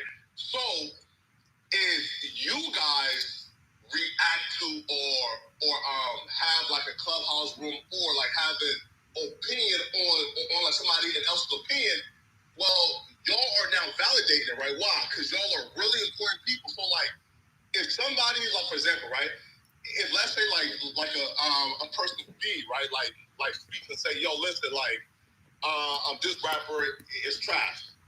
Well, if Yael, if Deuces, if Philo says, man, bro, like that nigga is a nobody, his opinion means nothing, we're not addressing it. Well, he's a nobody, and like he like stays a nobody. But if Deuces, Yael, and Philo says, yo, what? And he said, what? Double keyway conversations. Right? Like now, like y'all are saying that person don't only have the right to give an opinion, but his opinion obviously matters enough because y'all are acting to it, you know? Nah, facts. And I beg to differ, but go ahead, Yael. I definitely beg to differ. The one point that you said I totally disagree with is that you believe everybody should have a voice. Our community from its inception never believed everybody should have a voice. Motherfucking geeks, nerds couldn't even hang outside with us. So when it comes down to those issues that we talking about, they never had a say. That's something that's earned. Respect is something that's earned, not given. But go ahead, y'all. Damo Keyway conversations. Nah, so Flako, real quick, bro. Yeah, you and like I said, you haven't been biased yet. So I want you to expound on this, man. Look at my PTR, bro. All right, let me take a look real quick. 1 second, man. Yeah, I said we got the Wack, we got the work on. You said you gotta squash this beef with Wack, big bro. So for a person to have content and to have facts, just like you just said, and you just gave the understanding that you respect our opinion because we come from this culture and we come from what we come from. Why was that statement made to me? Why would you reply to me with that? Yeah, right. Yeah, right. Because it's kind of like, for example, right? So like, whenever like, you know, I see like conflict growing, that I think that maybe like lead to violence or lead somewhere else, bro. I'm like, let me just do what I can do, right? To see, right? Squash it, right? So when I say like, bro, like, you have to squash it, right? Because I know like your issues, it came from like kind of all my things like the Roddy Rich room, right? So like, I'm like, listen, like, if your issues really hasn't really like escalated to a point of like no return, yo, like, you're just squashing, you feel me? So are you assuming that I have a deadly beef with this individual, or are you just speculating because of prior situations on the app that me and this man have not been or met in person since the first time I've ever met him? So is that what you're saying? Yeah, right. Look, like, I don't know like what the issue is, right? Like, I'm just like assuming that y'all don't get along because of Roddy Rich, you know? Okay, so this is the thing, Flako. Yeah. That man is who he is. I'm who I am. I come from a certain type of background and stand for a certain moral quality that I have along with these individuals on stage, like Deuce Sims, Bomani, Spider, Messy Bar. Okay, we stand on a certain politic. So because Wack goes against that politic, meaning he says that he doesn't deal with stitches, he's always exposing. We're on the other side of the fence exposing the exposers with facts, non-fiction. This is all truth. We have no reason to come out with fake paperwork. Now, this quote-unquote disagreement, nobody is dead, bro. This is just a verbal dispute of standing on what you stand on. Now, I can't speak for anybody else, but if me and Wack was to be in the same room, it's gonna be what it is. Well, I'm gonna knock his bitch ass out. I ain't gonna front.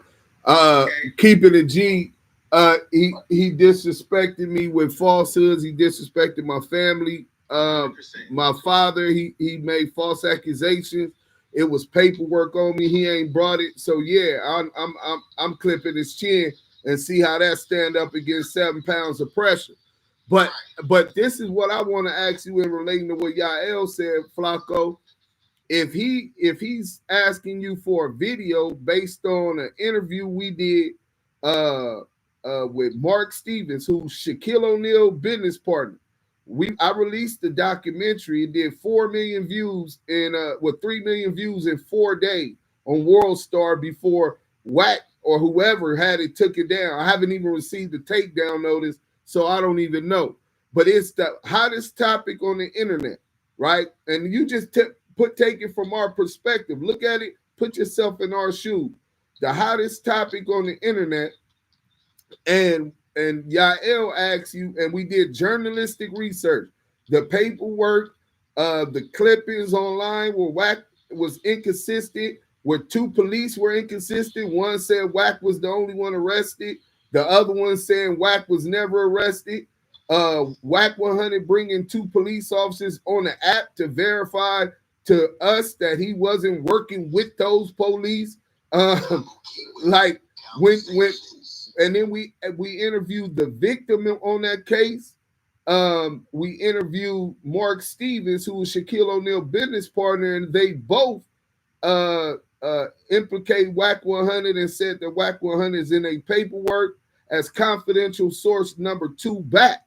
So when you have this type of revelation 10, 15 years after TMZ broke the story, TMZ had broke this story, but we did our due diligence and research, real journalistic work, and he says, hey, Flako, we got this going on Wack 100.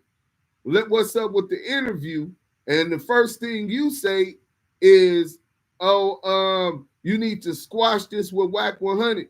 You don't think that from our perspective that it's like you took a position? Because whenever you take a position, you make an opposition. You understand what I'm saying? Without even recognizing. You basically is using that as leverage. Oh, I'll interview you, but you got to squash that with Wack 100. Let me hear what you say about that. I think what I responded to was like Ayel Taxi conversations in a comment that says, at Active Chuck, my brother put that paperwork out with. Yeah, that's me. That's my label, Active Chuck. Yeah. Right. So he says, yo, at Active Chuck, my brother put up the paperwork out with facts. We went over it. He's scared the truth coming out, tapping for the facts. And I just responded back with so look, so I said, you and Wack gotta squash this beef, big bro, and laughing, right? So like, it wasn't even like me saying, bro, like, I can't fuck with you if y'all don't squash this. Do you feel pressure to compromise because that's your coworker, place of employment and all that? But bro, like, listen, bro, like, honestly, bro, like, from like my perspective, bro, like, I really haven't even like looked into that thing like too much, bro. But like, yeah, bro, like, right? It's like, Why not? Huh? Why you ain't looked into it? I just haven't really had like too much interest into it. You don't want to. 30 million motherfuckers seen it on World Star, but you don't want to check it out. Munchy B conversation. I mean, right. I was on like YouTube Live, I think like a few days ago, you feel me? And when I went back to react to it, it was down, right? So like, I just never cared for it, you feel me? To go back and, And just think about your boy Wack. As much shit he stayed in the middle of on accusations and shit, he was that irritated by it. It was gone that quick. Working on 2 million views in that small window of time. But everything you expressed about crowd reaction, that should indicate some sense of truth to you. But even let me piggyback off of that. Hey, so Flako, you there? Yeah, what's up? So you say because the relationship you got with Wack, right? Nigga, I'm standing up against not just Wack. I'm standing up against niggas that's from my community, that rep my community, my nigga. I'm socking on niggas that say oh yeah, you a real nigga, but this nigga told, so I'm a fuck with him. Nigga, it ain't no mother. Nigga, you can't be neutral. I'm not saying you, but I'm speaking for me. You can't be neutral knowing somebody did you wrong and foul or did others wrong and foul, and you standing with the motherfucker who foul. That's like somebody do something to you, Flako, and I say I fuck with you, and they disrespect you, spit on you, beat your ass, take your money, and I'm going hang with the niggas. You not gonna feel no type of way, Flako? I'll be like, come on, yes or no, Flako? You not gonna feel no type of way? I won't feel. All right then, how you think we feel? This nigga out here smutting Deuce Sims, my name, Spider-Lope name, Messy Mark, and Beaumont. He's out here smutting niggas' names. And we trying to defend ourselves. Not with violence, but on the media. You understand what I'm saying? This is how we defend ourselves. And we not getting a fair shake. That's fucked up, homie. And that's bias. That's a bunch of bullshit. That's bullshit, bro. Stand on it then, y'all. I'm just saying, bro. No, but my question is like, bro, like, Like, I don't have nothing to do with that, though, right? Like, I'm always like, right? Like, I don't own no jumper, right? Like, You ain't got nothing to do with Eagle and Draco and who shot who either. no. But my question is, right? Is he's saying, like, oh, we want a fair shake and on no jumper. I'm like, bro, like, I don't own no jumper, right? Like, I mean, as far as you giving attention to both sides, pertinent issues on our culture. They felt like this is a very pertinent issue in our culture. You're saying you're here as an unbiased voice for our issues. They said being fair was as giving it a fair look. It was only 11 minutes long. no, right. But like, I don't control like who come on no Just jumper. sound compromised, bro. You have your own personal platform. You could have watched it and reacted to it. We watch your shit that ain't no jumper too.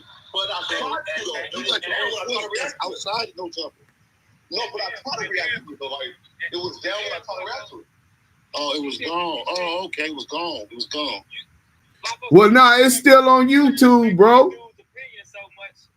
don't say you expecting dudes' opinion so much, but you ain't got the time to hear what they saying. There's some valid shit coming from some real niggas. This shit's real. Damu Keyway conversations. I was on YouTube Live, right? And I said, yo, like, where is it? People said, yo, go and react to it and on World Star. I checked the YouTube video and it wasn't there. So like, right? So like, I'm not thinking size, right? Like, it just wasn't up. Okay, well, it's still up on YouTube, and we gonna get you that. I feel like we beating a dead horse right now, but also what I don't want to do is continue, and this is something that we need in our community: economic independence and independence as far as our own platforms, unifying and helping to build each other. So we don't want to beg you, but we'll get you the YouTube link with the same content that Adam spoke on last night, or was it the day before? That Akademiks, your boy Akademiks, spoke on a couple days ago and again last night with Wack 100. We tried to give you the baton so that you could run to the finish line and we could eat together off the same table. We just bringing sauces to the table. We don't want the whole meal. We just want to be allowed to eat with you, but we're not going to beg you. You understand what I'm saying? No. Don't let academics make you overstate how well you protect yourself out here. You know what I'm saying? Because you're not under no direct threat from none of us. We got love for you, but doing interviews with him, and he trying to tell you to be careful. And you get to start talking about how well you protect yourself. It start to sound threatening to some. I'm just giving you a little word of advice, bro. Just keep being you. You're a cool dude, bro.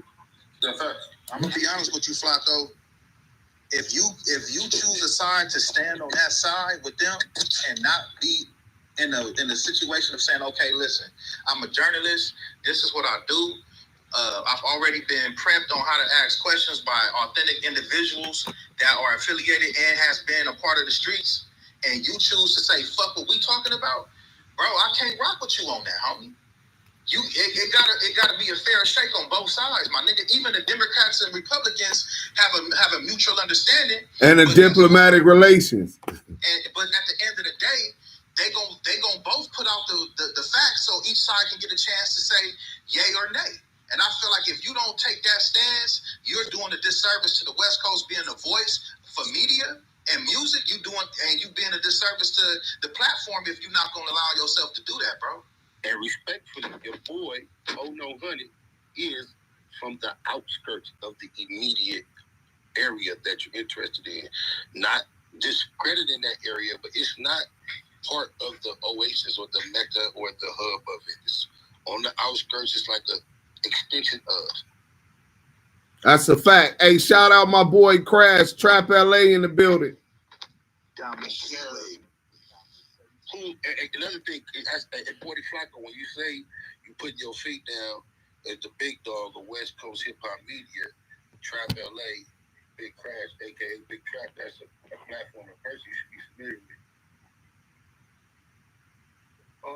with. You said who?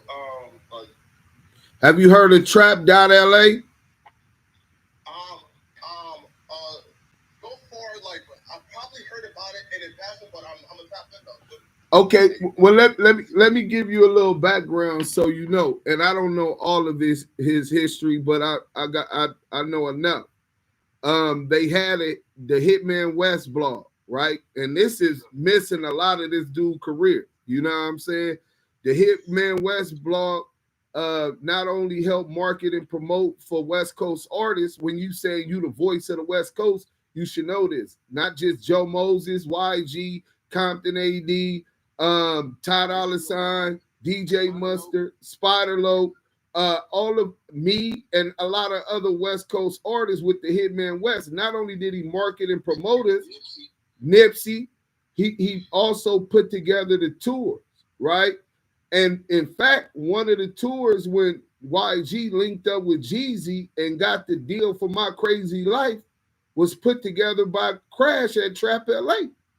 So for you to say that and take a position that you're the voice of West Coast media and you don't even know who Crash is, you got to come down into the mud sometimes and really get the pulse of the streets, bro. And that's where I'm going to land. Crash was all we had in that space. It was just Crash. Yeah. No fun. Damo Keyway conversations. But not wrong. All right, so we got into this Munchy B thing, and now I want to go. What's goody? Q Banger, what's up? A matter of fact, you just came in. We finna go into this video that you and. I just got picked in this room, man. Hey, yo, Flako, man. Since when you started arching your back and really clapping for Wack, my nigga? Conversations. Hey. Listen, wait. Listen, bro. I fuck with Wack like I fuck Sims and Yael and Spider, right? Like, I'm a neutral party, bro. You feel me, bro? Like, right? Like, you feel me, bro? Like, I don't take sides, Q Butter. You feel me? Hey, Q Butter. Hey, yo, keep it a buck, Flako. That nigga had you blocked all last year, nigga. You begged me and my son Eminence the Smoker to call him to unblock you, nigga. Hey, that is a fact. This was like during like the time where I was like on Clubhouse, like before No Jumper, like Rob COVID, just trolling and shit. Feel me? So. All right. Well, look, this is what I want to ask you, Poetik Flako. You say you fuck with us like you fuck with them. Everybody on our stage is in unison with the Damu Keyway conversation PTR. We need you to get in compliance with that because they will gun your ass up off here. You ain't bigger than the program. And we're going to go into this content. We're going to go into this content with your boy Akademiks, a.k.a. Wackademiks. And where you have Wack 100 speaking on a lot of issues. And this kind of exemplifies how we say that these medias can't be biased. They got to give both sides a perspective. Hold on. We on YouTube live also. Share it.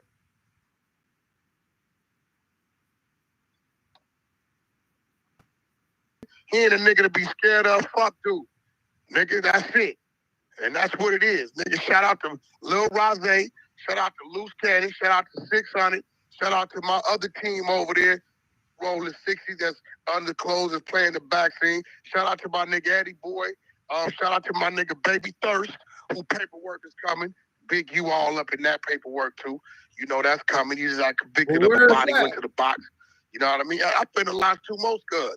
One thing you know about me, Yak, when I tell you I got that work, I got that work. Cat. That's a fact. Cat.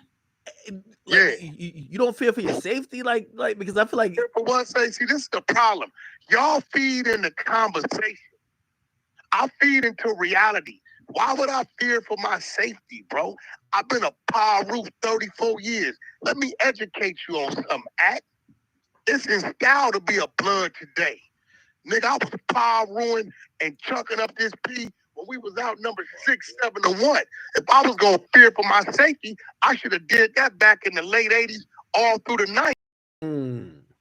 Fuck is you talking about, my nigga? This shit ain't on me. This shit in me. This shit ain't in my blood. This shit is in my flesh. Niggas been my enemy for 34 years. He's one man. Y'all believe the myth. Y'all believe the story. The stories of Jay Bridge. Y'all believe that shit. Ain't none of you niggas seen these niggas do shit. And y'all believe this shit. What you gonna tell me next? Y'all believe the rappers is really gangsters? It's like, but you know, fuck out of here, bro. One of his like underlings, like Brick Baby, y'all both go to no jump. Brick Baby's a bitch. Blood got a federal AK-47 case. He called in June. Had your legal team pull it up. His first last date of birth. He caught a AK-47 case from the feds in June 2023. That nigga ain't been to court yet, and he ain't got no ankle monitor. He working. That nigga had a whole 17 years. I hung with Big U. I never seen a Brick Baby. Yo, at his house, at a meeting, at a studio. That nigga ain't nobody. He's a dope fiend. The nigga stay high all day. Every time you see me high. And he just admitted that he's a homosexual. Did he not? Me and Adam do gay shit sometimes. You heard him, right? Hey, Wack, one thing I said, somebody tried to do a play on you with the World Stars undercover. 5 million. I submitted. Nigga, my ops gave me a payday. See, now, you understand this, right? No, I watched the video. It was bullshit. It was clearly bullshit. It's propaganda. Think about it. Think about it, bro. They said I'm a federal informant, right? And I'm on a wiretap trying to get somebody killed, right? Now, my good old friend Reggie Wright, I called him. He's in contact with all the investigators of the case. Reggie Wright, with my attorneys, right? They got all the wiretaps.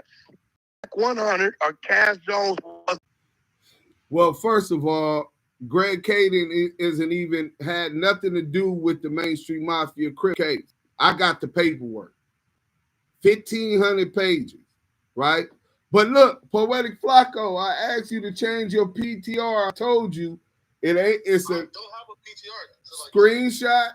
Screenshot one of the ones on stage, and you'll be able to put it up there.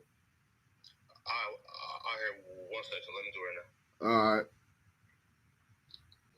Let's get back to it. But yeah, Greg Caden has nothing to do with that case.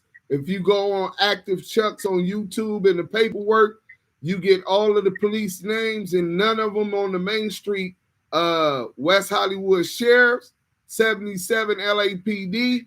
None of those officers is Greg Caden. But let's go. A target. He was being told on. He was a target.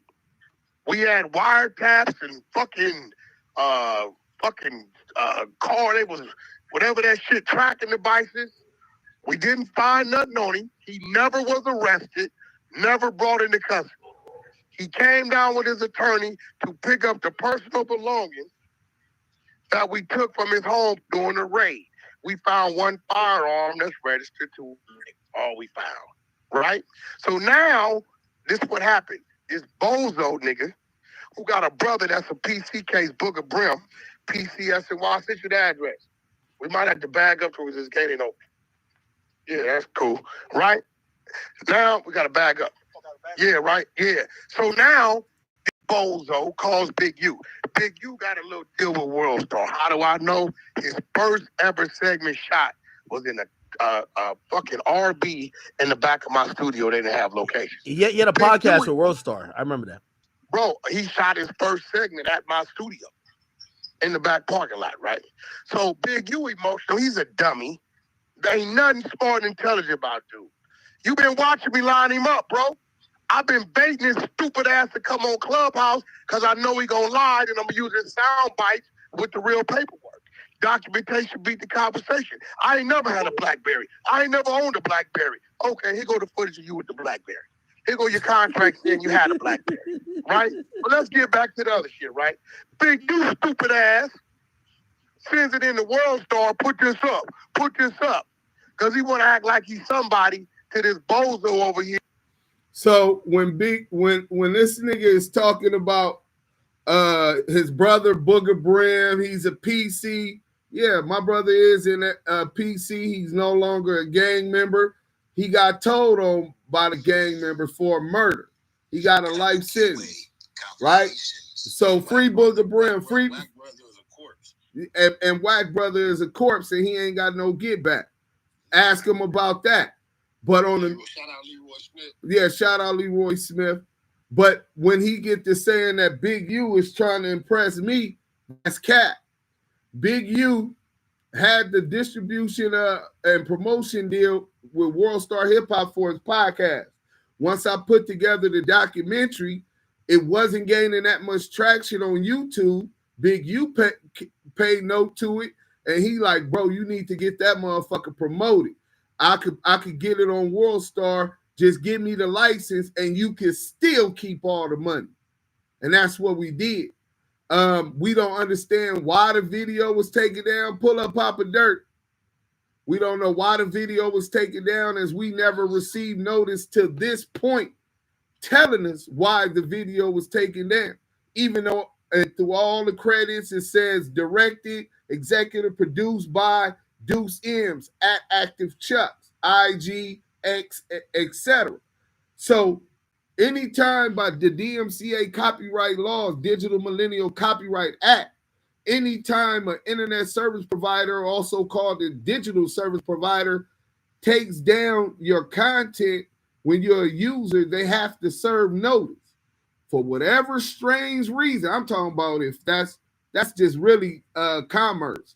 You know what I'm saying? If right now, say your baby mama filed child support on you, they gonna get to serve you notice of your court date, right?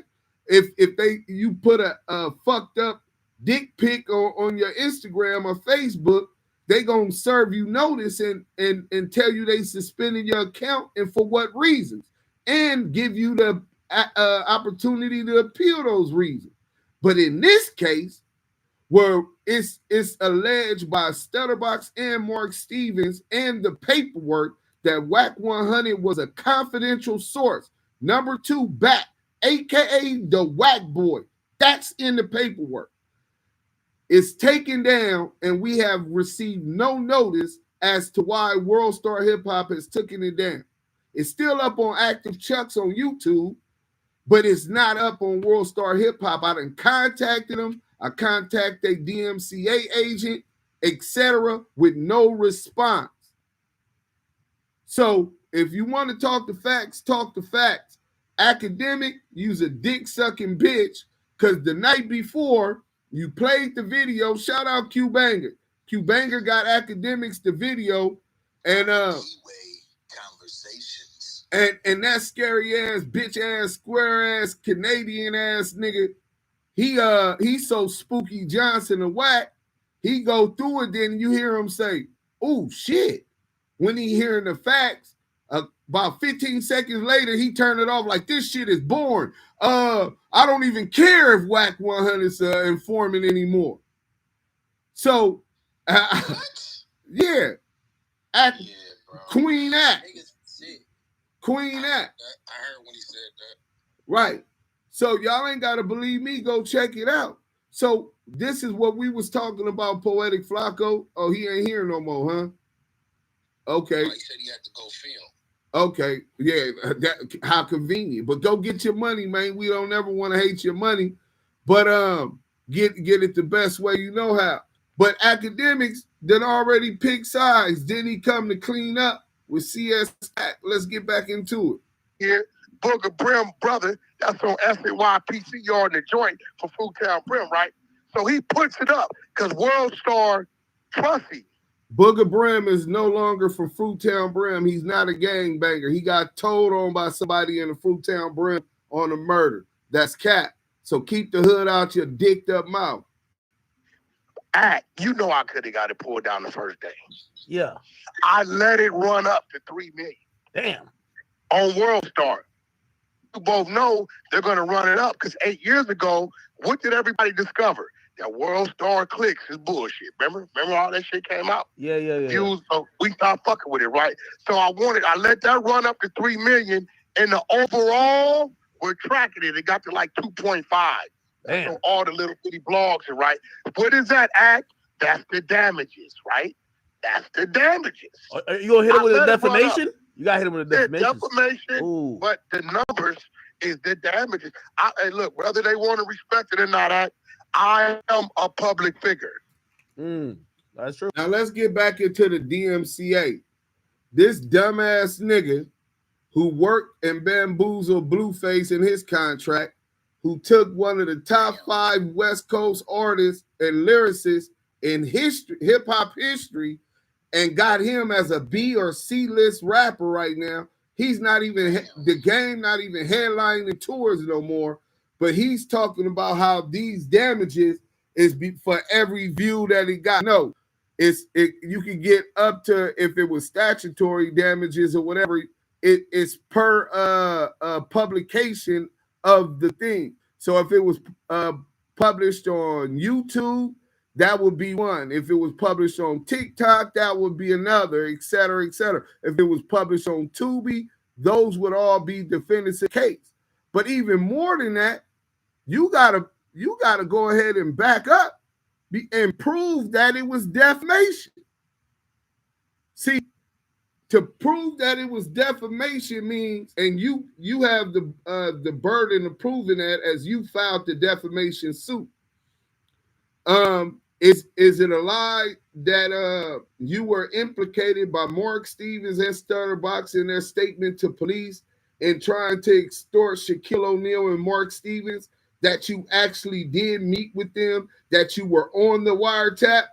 You can't prove that wasn't that paperwork on active touch right now. That's the paperwork. So you gotta prove the defamation. Now, World Star Hip Hop go for it, which I doubt it. I just sued YouTube, et cetera, and they like to play the long game. Their attorney's getting paid anyway. So what they usually do is spread the time out to make sure that they're making you incur legal fees and your attorneys incur more money, right? And then they litigate through motions in the court. Well, we have a safe harbor defense. Go read the Digital Millennial Copyright Act and see how many safe harbors that lobbyists got put into there to protect these internet service providers in cases just like this. Once they took the video down on World Star by the Copyright Act, they not even liable no more. Damn. So you suing the social media, you found out all of these things because you have legitimate paperwork on how the process went and what takes and partakes within the situation. Go to Lamonte Sims versus Amazon.com. It was Amazon.com, SoundCloud.com, YouTube, and almost 51 other defendants that's on that lawsuit, bro. We still pending all of these other people who used my intellectual property, benefited, and didn't pay me. Wow. That lawsuit was not filed by an attorney. I filed that lawsuit myself, pro se, representing myself from a level 4 180 state penitentiary. Damu Kiwe conversations. So when you get an ignorant nigga like that telling you what he believed the process and the law is, he just really exposes how dumb he is. But let's get back to the content so y'all can all get this and break it down.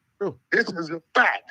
So now you saying, I set up people to get killed on wiretaps. Bro, I got business in Congo, $200 million contracts documented. I'm getting pushback from the good. Wack, here come the Shakespeare on them. I got artists that was gonna sign to me. I had to give more money because you say I'm a federal informant. Wack, here come the Shakespeare. I need $5 million. And I'm going to send you the thread what they said. They are begging me. Nigga, we go tomorrow. You know, our legal team investigation, please, we ain't accepting none of that. Pay me. Because World Star is owned by LA media. Wack 100 will sue the Ritz-Carlton. I will sue a corporation. I will sue a business. I just won't sue a street nigga. We'll deal with that in the street. Work at a new state-of-the-art facility. Enjoy the resources to succeed, along with unbeatable benefits. That's enough of that weirdo. At this Weirdo. Let's go though. Everybody want to speak on it? Shout out to everybody on YouTube at Active Chucks. Hit that like button. We got 52 people there. Shout out to Hope Damu Keyway Conversations on Clubhouse. We got it popping there.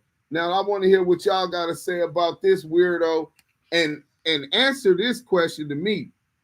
If he's arguing that the only reason Big U sent Loose Lip Cannon cease and desist was because he was hiding the truth, then why would he send a cease and desist to World Star Hip Hop on the documentary exposing him as a rat? Make that make sense.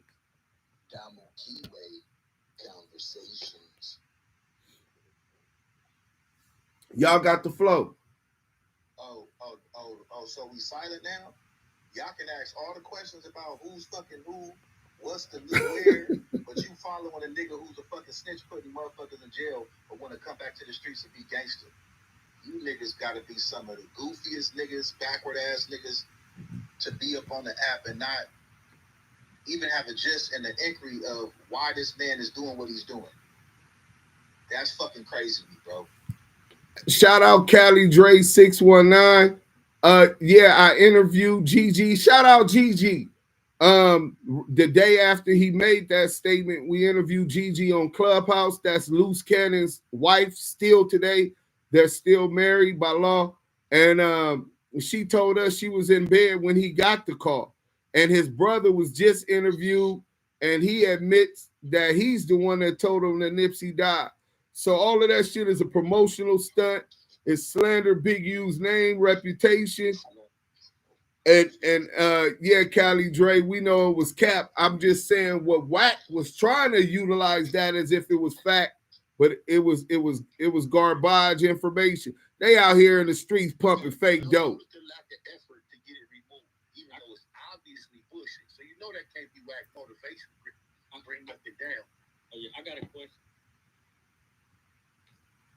Then why you ain't talking? Sure. So listen. So the video that was put out and hit World Star. So why wasn't the video taken down when they spoke on the Big U and Nipsey Hussle and the guns and all that shit situation? Because the thing about it is that shit is bullshit. So no, it wasn't a like no, look, Bo, your cousin made sure the other shit was taken down because it was factual. That's the difference. Niggas let bullshit fly all day. Mm-hmm. When you hit them with some facts, they panic. Yeah, right. I just it was curious. I just want to know, well, if this video had the same. Thank you. Can I just subscribe to the page? As their video part, why wasn't that one taken down? That's why. That's exactly why. Yeah, you asking your own question. I mean, we got people on stage, right? I want to give them a chance to, expound and to give a stance on what they're hearing right now. I don't know how long you guys been in the room. Especially Big Trap. We've been trying to get you to talk, but I know it sounds like we just giving you flowers, but we're trying to invite you to speak on behalf of us in your position when the dude was in here, Big Trap. I just want to hear people's stance on this. Y'all got any questions, people on stage? I just stepped in, bro. Oh, okay. Salute, Shati. Salute, y'all. I gotta step in and show respect. What's happening with y'all? Y'all good? Oh, yeah, man. We send our salutations. Hey, you know what? For the people who came in a little late, why don't you give a little recap for us, dudes? Because I hate missing that good information. Well, I let Yael do it. Because basically, he said I talk too much. Go ahead, dudes. I said I was letting Yael do it. He told me I was hogging the stage, so I better shut my mouth. So I'm gonna shut up. Man, if you don't knock it off, man, you know what it was. You jumped on. No, he jumped in right on that part where I was gonna say something, but he basically followed up. We was on the same page. He basically cleared it up. But just a quick recap. We was basically expounding on Munchy B interview with No Jumper, Poetik Flako. We was giving /interrogation. Poetik Flako just basically asking all these questions like he was interrogating Munchy B. And from the stance of us coming from the streets and leaving certain politics alone but still being involved, we felt like that interview was not just an interview, but yet an investigation on Poetik's type on his end, along with Adam basically allowing it to be going on like a vulture. He's just basically using and capitalizing the content. He did tell Munchy B at one point he didn't want to feel like he was coming off as biased, but it was clear that he was. But now that he needs the content, Munchy B was on the show. They basically was interviewing him. I want to say investigating him. Munchy B stood his ground. He replied with no replies. He gave real sharp to the point answers. And Poetik Flako comes in the room. He gives his disposition, and now we're here. On top of some of the things that Poetik was. That's what happened. Not even halfway through us going through it. Yeah, Poetik Flako entered the room, and it turned into us actually questioning him about the actual interview. Right. Exactly. Ski Mask, you on stage? Ski Mask, you on stage? Please switch your PTR, or please you can just listen from the goo. If you have a question, we have no problem with you asking a question. Again, if you guys are, influenced by individuals because of their popularity or because they had a position in life, because they're around certain artists or they're in a certain then you just a groupie. Yeah, you just basically a follower and you don't think for yourself. Right. We over here, we think for ourselves and we come together with like-minded individuals. So let me say this, and I got some exclusive shit for y'all. Y'all gotta understand that you got neighborhood Crips in here, you got niggas that ride the 3, you got Compton Crips, you got Rules, you got Dom Moves. People and representatives of these various communities coming together positively where we're not beefing with each other, we're not disrespecting each other, but we dialogue with each other about issues that plague our communities. So y'all keep that in mind and understand that we come from a great place when we speak on these issues that concern our community. I know y'all think it was a bunch of deflection, but outside of that simple assessment, what y'all think about the interaction with Flako? Well, ain't nobody on stage talking about that, so I want to turn this motherfucker up. Let's turn this motherfucker up, man. I got the exclusive content with Mark Stevens, never released. Y'all don't want this shit. We got 13 shares in this motherfucker. Man, nigga, give us some more likes and I shared 13 of them. Hey, listen, y'all want this exclusive content? Right, motherfucking now. I need y'all to share this room. We got about 50-something. Wait, so y'all telling me that y'all value Poetik Flako, square nigga up out of North Dakota who stutter, look like a broke version of Biggie Smalls, right? That don't understand our culture, but y'all motherfuckers ain't shared this motherfucking room. Y'all ain't getting this content, man. Hit the motherfucking like button on YouTube. Nigga, we finna go up. Share this motherfucker. Let's make it go viral, nigga. Wake this shit up. We gonna wait. Let's play something real quick. We got some shit for y'all niggas, bro. Hey, dudes. Yeah. Hey, man, at first I used to think the nigga Wack was trying to put some insurance on himself by waking up every day, bringing up Big U name and shit, right? Just to keep a nigga from chipping at his tree. Right. Now it's evident that the nigga trying to get that man locked up, right? It's evident. That's his whole game. Oh, it's no doubt about that. So my thing is, what the big dogs in LA who you know what I'm saying, who run up under that same regime is Wack, what they said, what they feeling like? Hey, I'm gonna be honest, bro. I don't think that the way that these brothers on this stage and the sisters on this stage was raised up, that it was meant for us to understand their position. It's strange to us, their position. You understand? Most definitely. Keyway, that's a conversation. That was a damn good answer. We got we on our motherfucking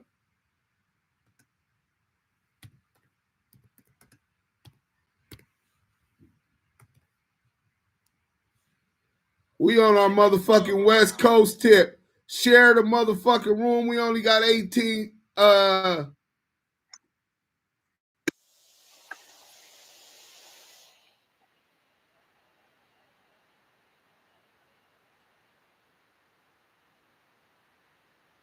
Come on, share the motherfucking room. Share the motherfucking room. West Coast, stand up. Shit be tricky out here. You gotta watch these niggas. They wear wires and shit.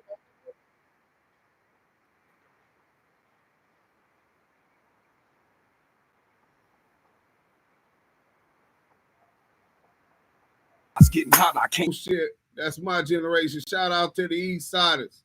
Shout out Snoop Doggy Dogg. So we gonna get into this content. Everybody on stage, mic up. Y'all gonna want to hear this.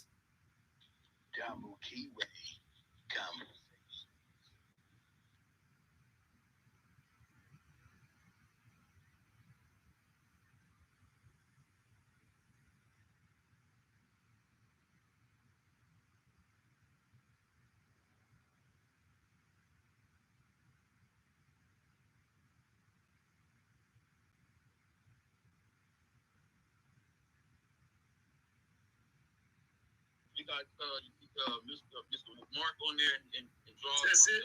Just Mark. Okay, just Mark. Let me get my boy. So. Yeah. That's I got the audio right now. What's going on over here? All right, we on. We got Mark Stevens on, and okay. All right. Hey, Mark, can you hear me? Yeah, I can hear you. Can y'all hear me? Yes, sir. Yeah, we can hear you. Salute Mark Stevens. That's the way to salute everybody. Salute. Yes, sir. So I just had a back and forth with Wack. He claiming that DJ, what's the brother name? Rest in peace. K Slay was still fucking with him while he was dead, and that they were putting Nipsey and YG and all of them on. And I told him, bro, you a fucking lying. K Slay wasn't even fucking with you at the time of his death, bro. K Slay was being managed by whole other people. Why is he trying to push false narrative? He's like, what? You don't know nothing. You don't even know. I said, listen, bro. So he said, well, look,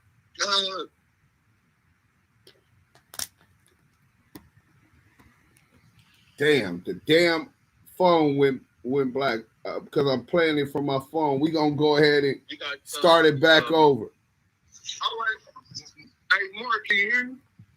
Yeah, I can hear you. Can y'all hear me?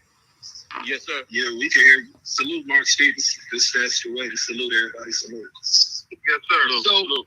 So I just had a back and forth with Wack. He claiming that DJ, what's the brother name? Rest in peace. K Slay was still fucking with him while he was dead, and that they were putting Nipsey and YG and all of them on. And I told him, bro, you a fucking lying. K Slay wasn't even fucking with you at the time of his death, bro. K Slay was being managed by whole other people. Why is he trying to push false narrative? He's like, what? You don't know nothing. You don't even know. I said, listen, bro. So he said, well, look at this. He showed a PTR which showed that Stutterbox message and said they on with Mark right now. Stupid or something to that effect. He said, so you talk. I said, so you admit that I talked to Mark Stevens this morning? Yeah, I already know that. Well, listen, bro. What I do also understand is that you wasn't managing him at the time. You're lying about that.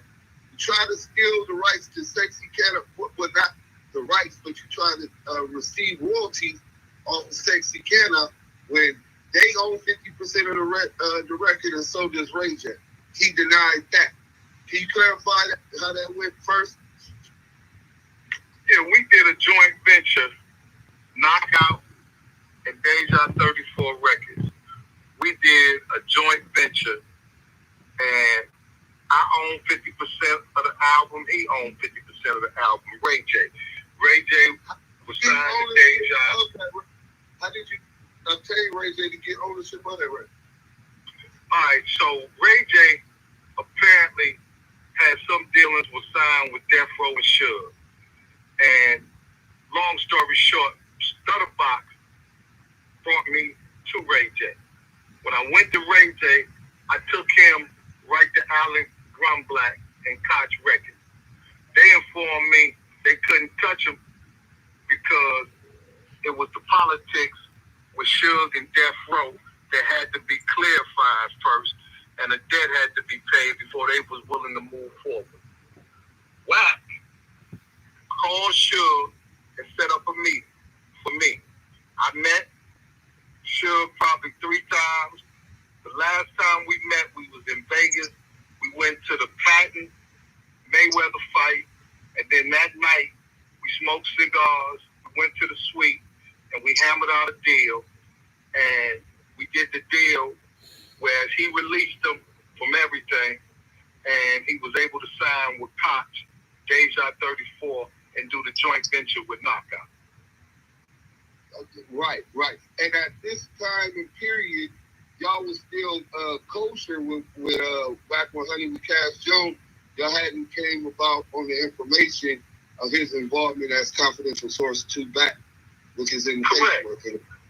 Well, correct, because I was the one who put Wack with Ray J and Koch because I wanted somebody to look over him while he was on the West Coast, and he had to deliver this album. And because Ray J, he was claiming blood, I put him with Wack, and that's how they got tight. It was a security issue at first. He was his security. And Wack even brought him to New York. He brought him to my hometown. He took him several places, but he was his security. And then after my album was done and we didn't have any more dealings, I guess that's when he started managing Ray J. Okay. So that's the only thing with that. And at the time of DJ K-Slay's demise, rest in peace to the brother, he was not fucking with Wack 100, right? Man, rest in peace to the homie, man, K-Slay. K-Slay was actually writing a book. He was writing a book. And, in the book, he was telling all the real, and it was funny because he used to call me because he used to be like, yo, you hear all these lies being told, and I said, yeah, bro, but I wasn't on the internet game like that. You know what I'm saying? I was doing other things. I got invitations, to sit down and talk about what took place, but I never did. But Slay was real pissed at that shit in his last days because he felt like dude was just, he was portraying something and a role that he really wasn't. He didn't come in the game like that. Who put him in the game was me and K-Slay. That's who put him in the game. And he was security for Ray J. That's how he started out. He was security.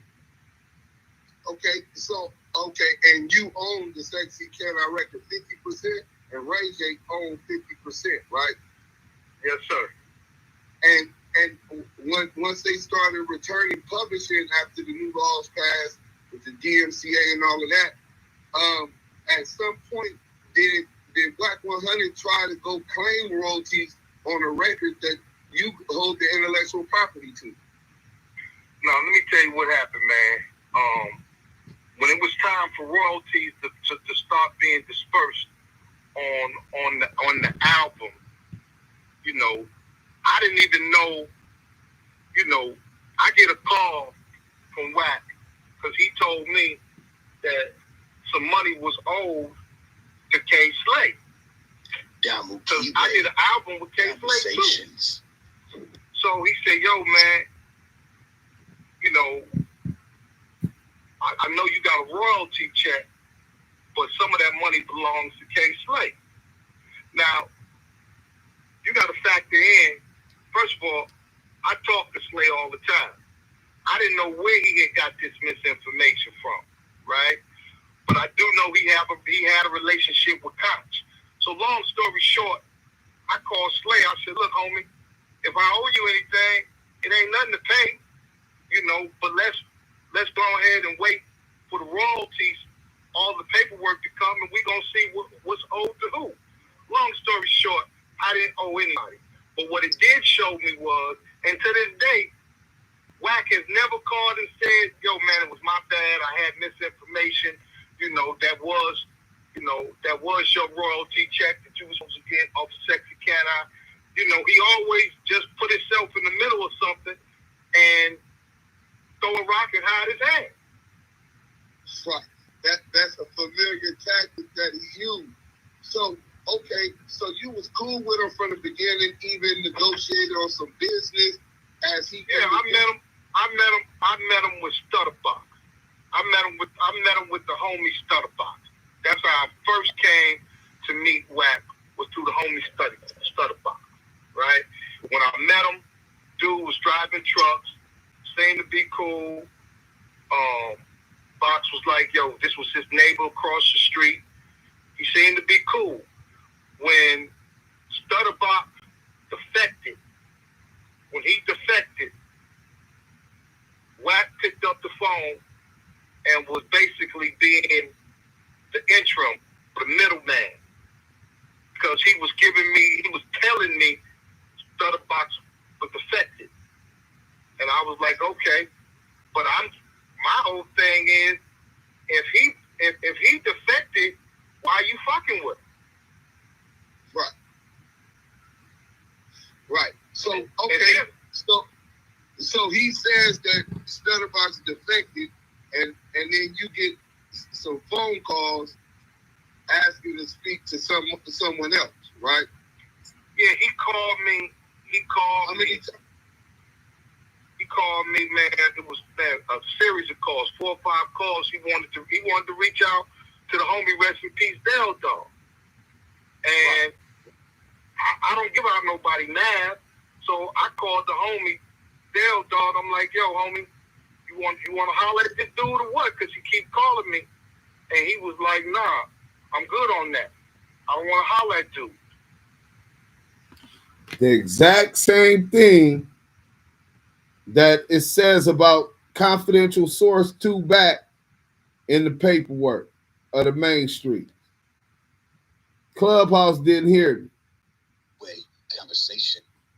The exact same thing that confidential source 2 back calls Mark Stevens while he talking to Del Dog, and he's telling Mark Stevens that Stutterbox went bad and that the phones is tapped. He need to holler at Del Dog. Mark Stevens clicks over and tells Del Dog, and Del Dog said, "No, I'm cool. I don't want to do no hollering." That's the exact same conversation that the paperwork on the Main Street case said was had with confidential source 2 back. But let's back up. We already beat a dead horse on that. The line's drawn in the sand. If you believe the authenticity and the journalistic work that the Damu and Kiwi conversations put in to bring that out, then you already with us. If you a dick-sucking bitch that don't really understand the system and what's going on, then you already on the side you own.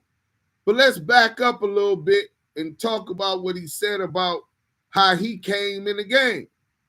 Humble as a truck driver, but he linked Wack 100 linked Mark Stevens up with Ray J and DJ K-Slay because they wanted to sign Ray J. So he linked them up with Suge Knight. He set the meeting up because he knew Suge, and Suge get a bag up out of him. Oh, yeah, he owes us this much money. You got to pay that debt and then pay us something to get him out the contract. And then they get him out the contract, bring him to Deja 34, Shaquille O'Neal and Mark Stevens record label. And as in return for him doing that, Ray J claiming that he's a Piru or blood. So they wanted somebody, Mark Stevens located in Atlanta and New York. So they wanted somebody to watch out for Ray J while he was on the West Coast. So they hired Wack 100 as a security. He came in the game. He said he was a millionaire from truck driving. Cat. Ain't no nigga making $1 million from truck driving finna become a fucking security guard. So now he's dealing with Ray J, and the Deja 34 record deal with Ray J ends and expires. Somebody mic up.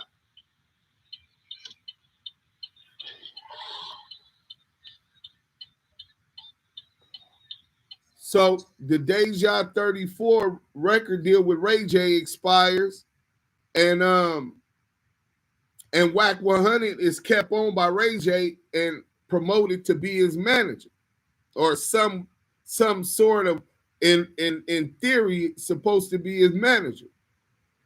This nigga Wack 100 confronts Mark Stevens saying that he owed DJ K-Slay some money for royalties for this and for the Sexy Can I record.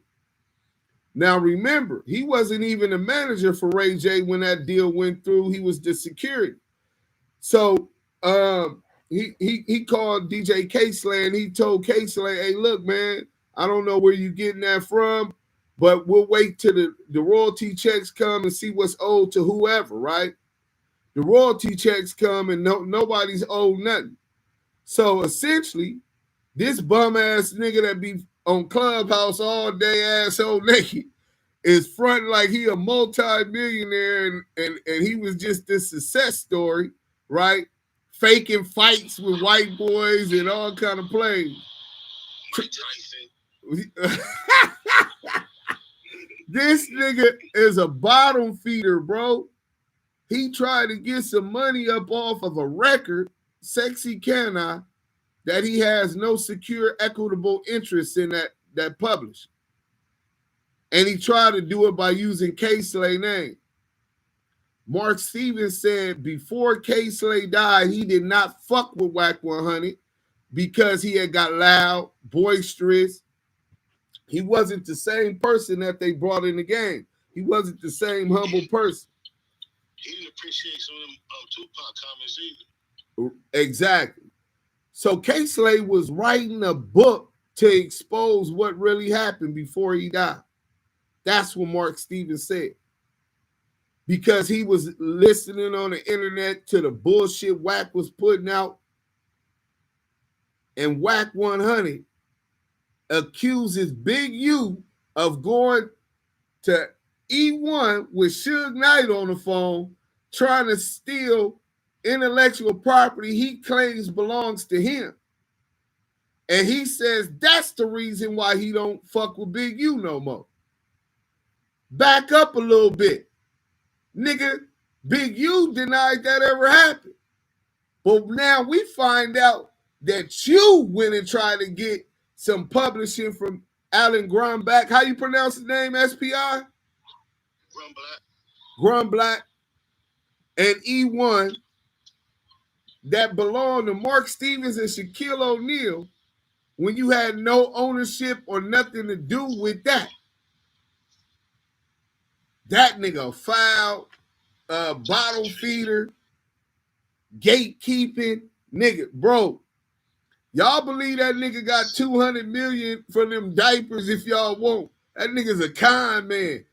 Hey, him and Loose Lip Cannon make a great group, bro. They like a good tag team, huh? Damn. What come to y'all mind when y'all hear the grimy shit that this nigga got exposed doing, man? Rest in peace, DJ K-Slay, too.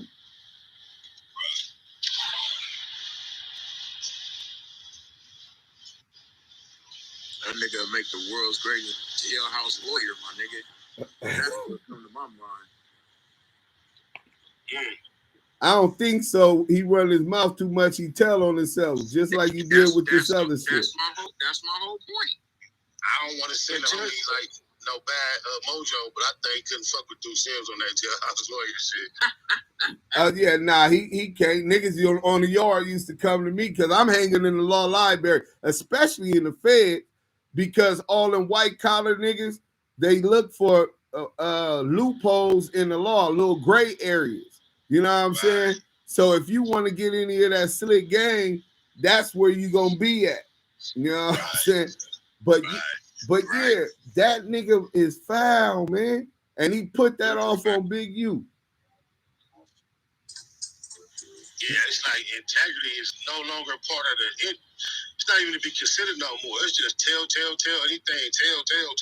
But that's the nigga who put him on. So SPI, you put me on.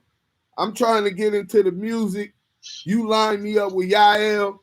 Yael got a little fame from the Kim Kardashian shit. He kind of famous, right? He on BET hosting a music video show, and I end up managing Yael, right? I mean, I end up being security for Yael, right? You like, man, I want you to hold this nigga down. So you put me on payroll, give me a security job and all of that.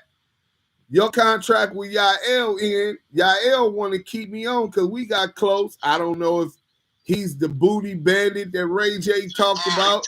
You took my answer. That was going to be my answer. You ain't the booty goon. The booty goon. I was finna say you ain't the booty goon. He's the booty goon. He might be the booty goon Ray J was talking about. 3-finger Wack. Ray J be more proud to know anybody than that moment when he threatened the motherfucker, he gonna sick them booty goons on him. He ain't never talked about his big homies, his G homies, his daddy, his big brother, his pit bull. Hey, he was proud to know that. SPI. Yeah.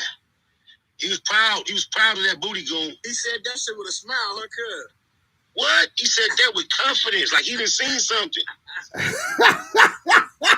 Hey, so SPI, after you put me on, the nigga Yael keep me on and upgrade me to a manager of sorts of his affairs. Right. The song he released, Scandalous, let's say Scandalous, up under your label, when you guys had him signed to a deal, I come tell you, hey, you owe this nigga Yael some royalty. You like, what? I just talked to Yael. He didn't say nothing about it, but okay, you managing him now. Let us wait till the royalty checks come out. You know what I'm saying? And we'll see who owes who what. The royalty checks come out and Yael isn't owed anything. So you like, well, Yael, why did you? I wasn't saying that. So the nigga Wack did it.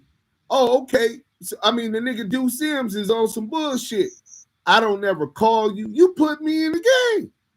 I don't say, hey, SPI, my bad. Our calculation was wrong. I'm going to have to get a new accountant. You know what I'm saying? Everything is everything. You know, nothing. You know what I'm saying? But this is just illustrates and epitomizes who this nigga is at the core of his being, man. Right. No, I get it. I understand exactly where you're coming from, bro. Well, and then it's like, he attempted to utilize the tactics of whatever maneuvering that he's trying to tell on now. But it's so, you know what I'm saying? He was involved in all the same little fuckery for danglery. But he trying to like blow the whistle on that shit blows my mind now. Oh, fake ass Suge Knight. He tried to pull a Suge Knight on Vanilla Ice. Suge Knight on Vanilla Ice. And then it's like, how ironic is it that he spent all this time up under these dudes that he got so much bad shit to say about them, but he wait till all this distance and safety to talk so bold Why there's no record of you ever telling no grown man none of this shit to his face? Yeah, man. He ain't got the heart like that too. Yeah, like, Facts. Damu Kiwi conversation. And crazy who would way burn Stevens their bridges described like him. that?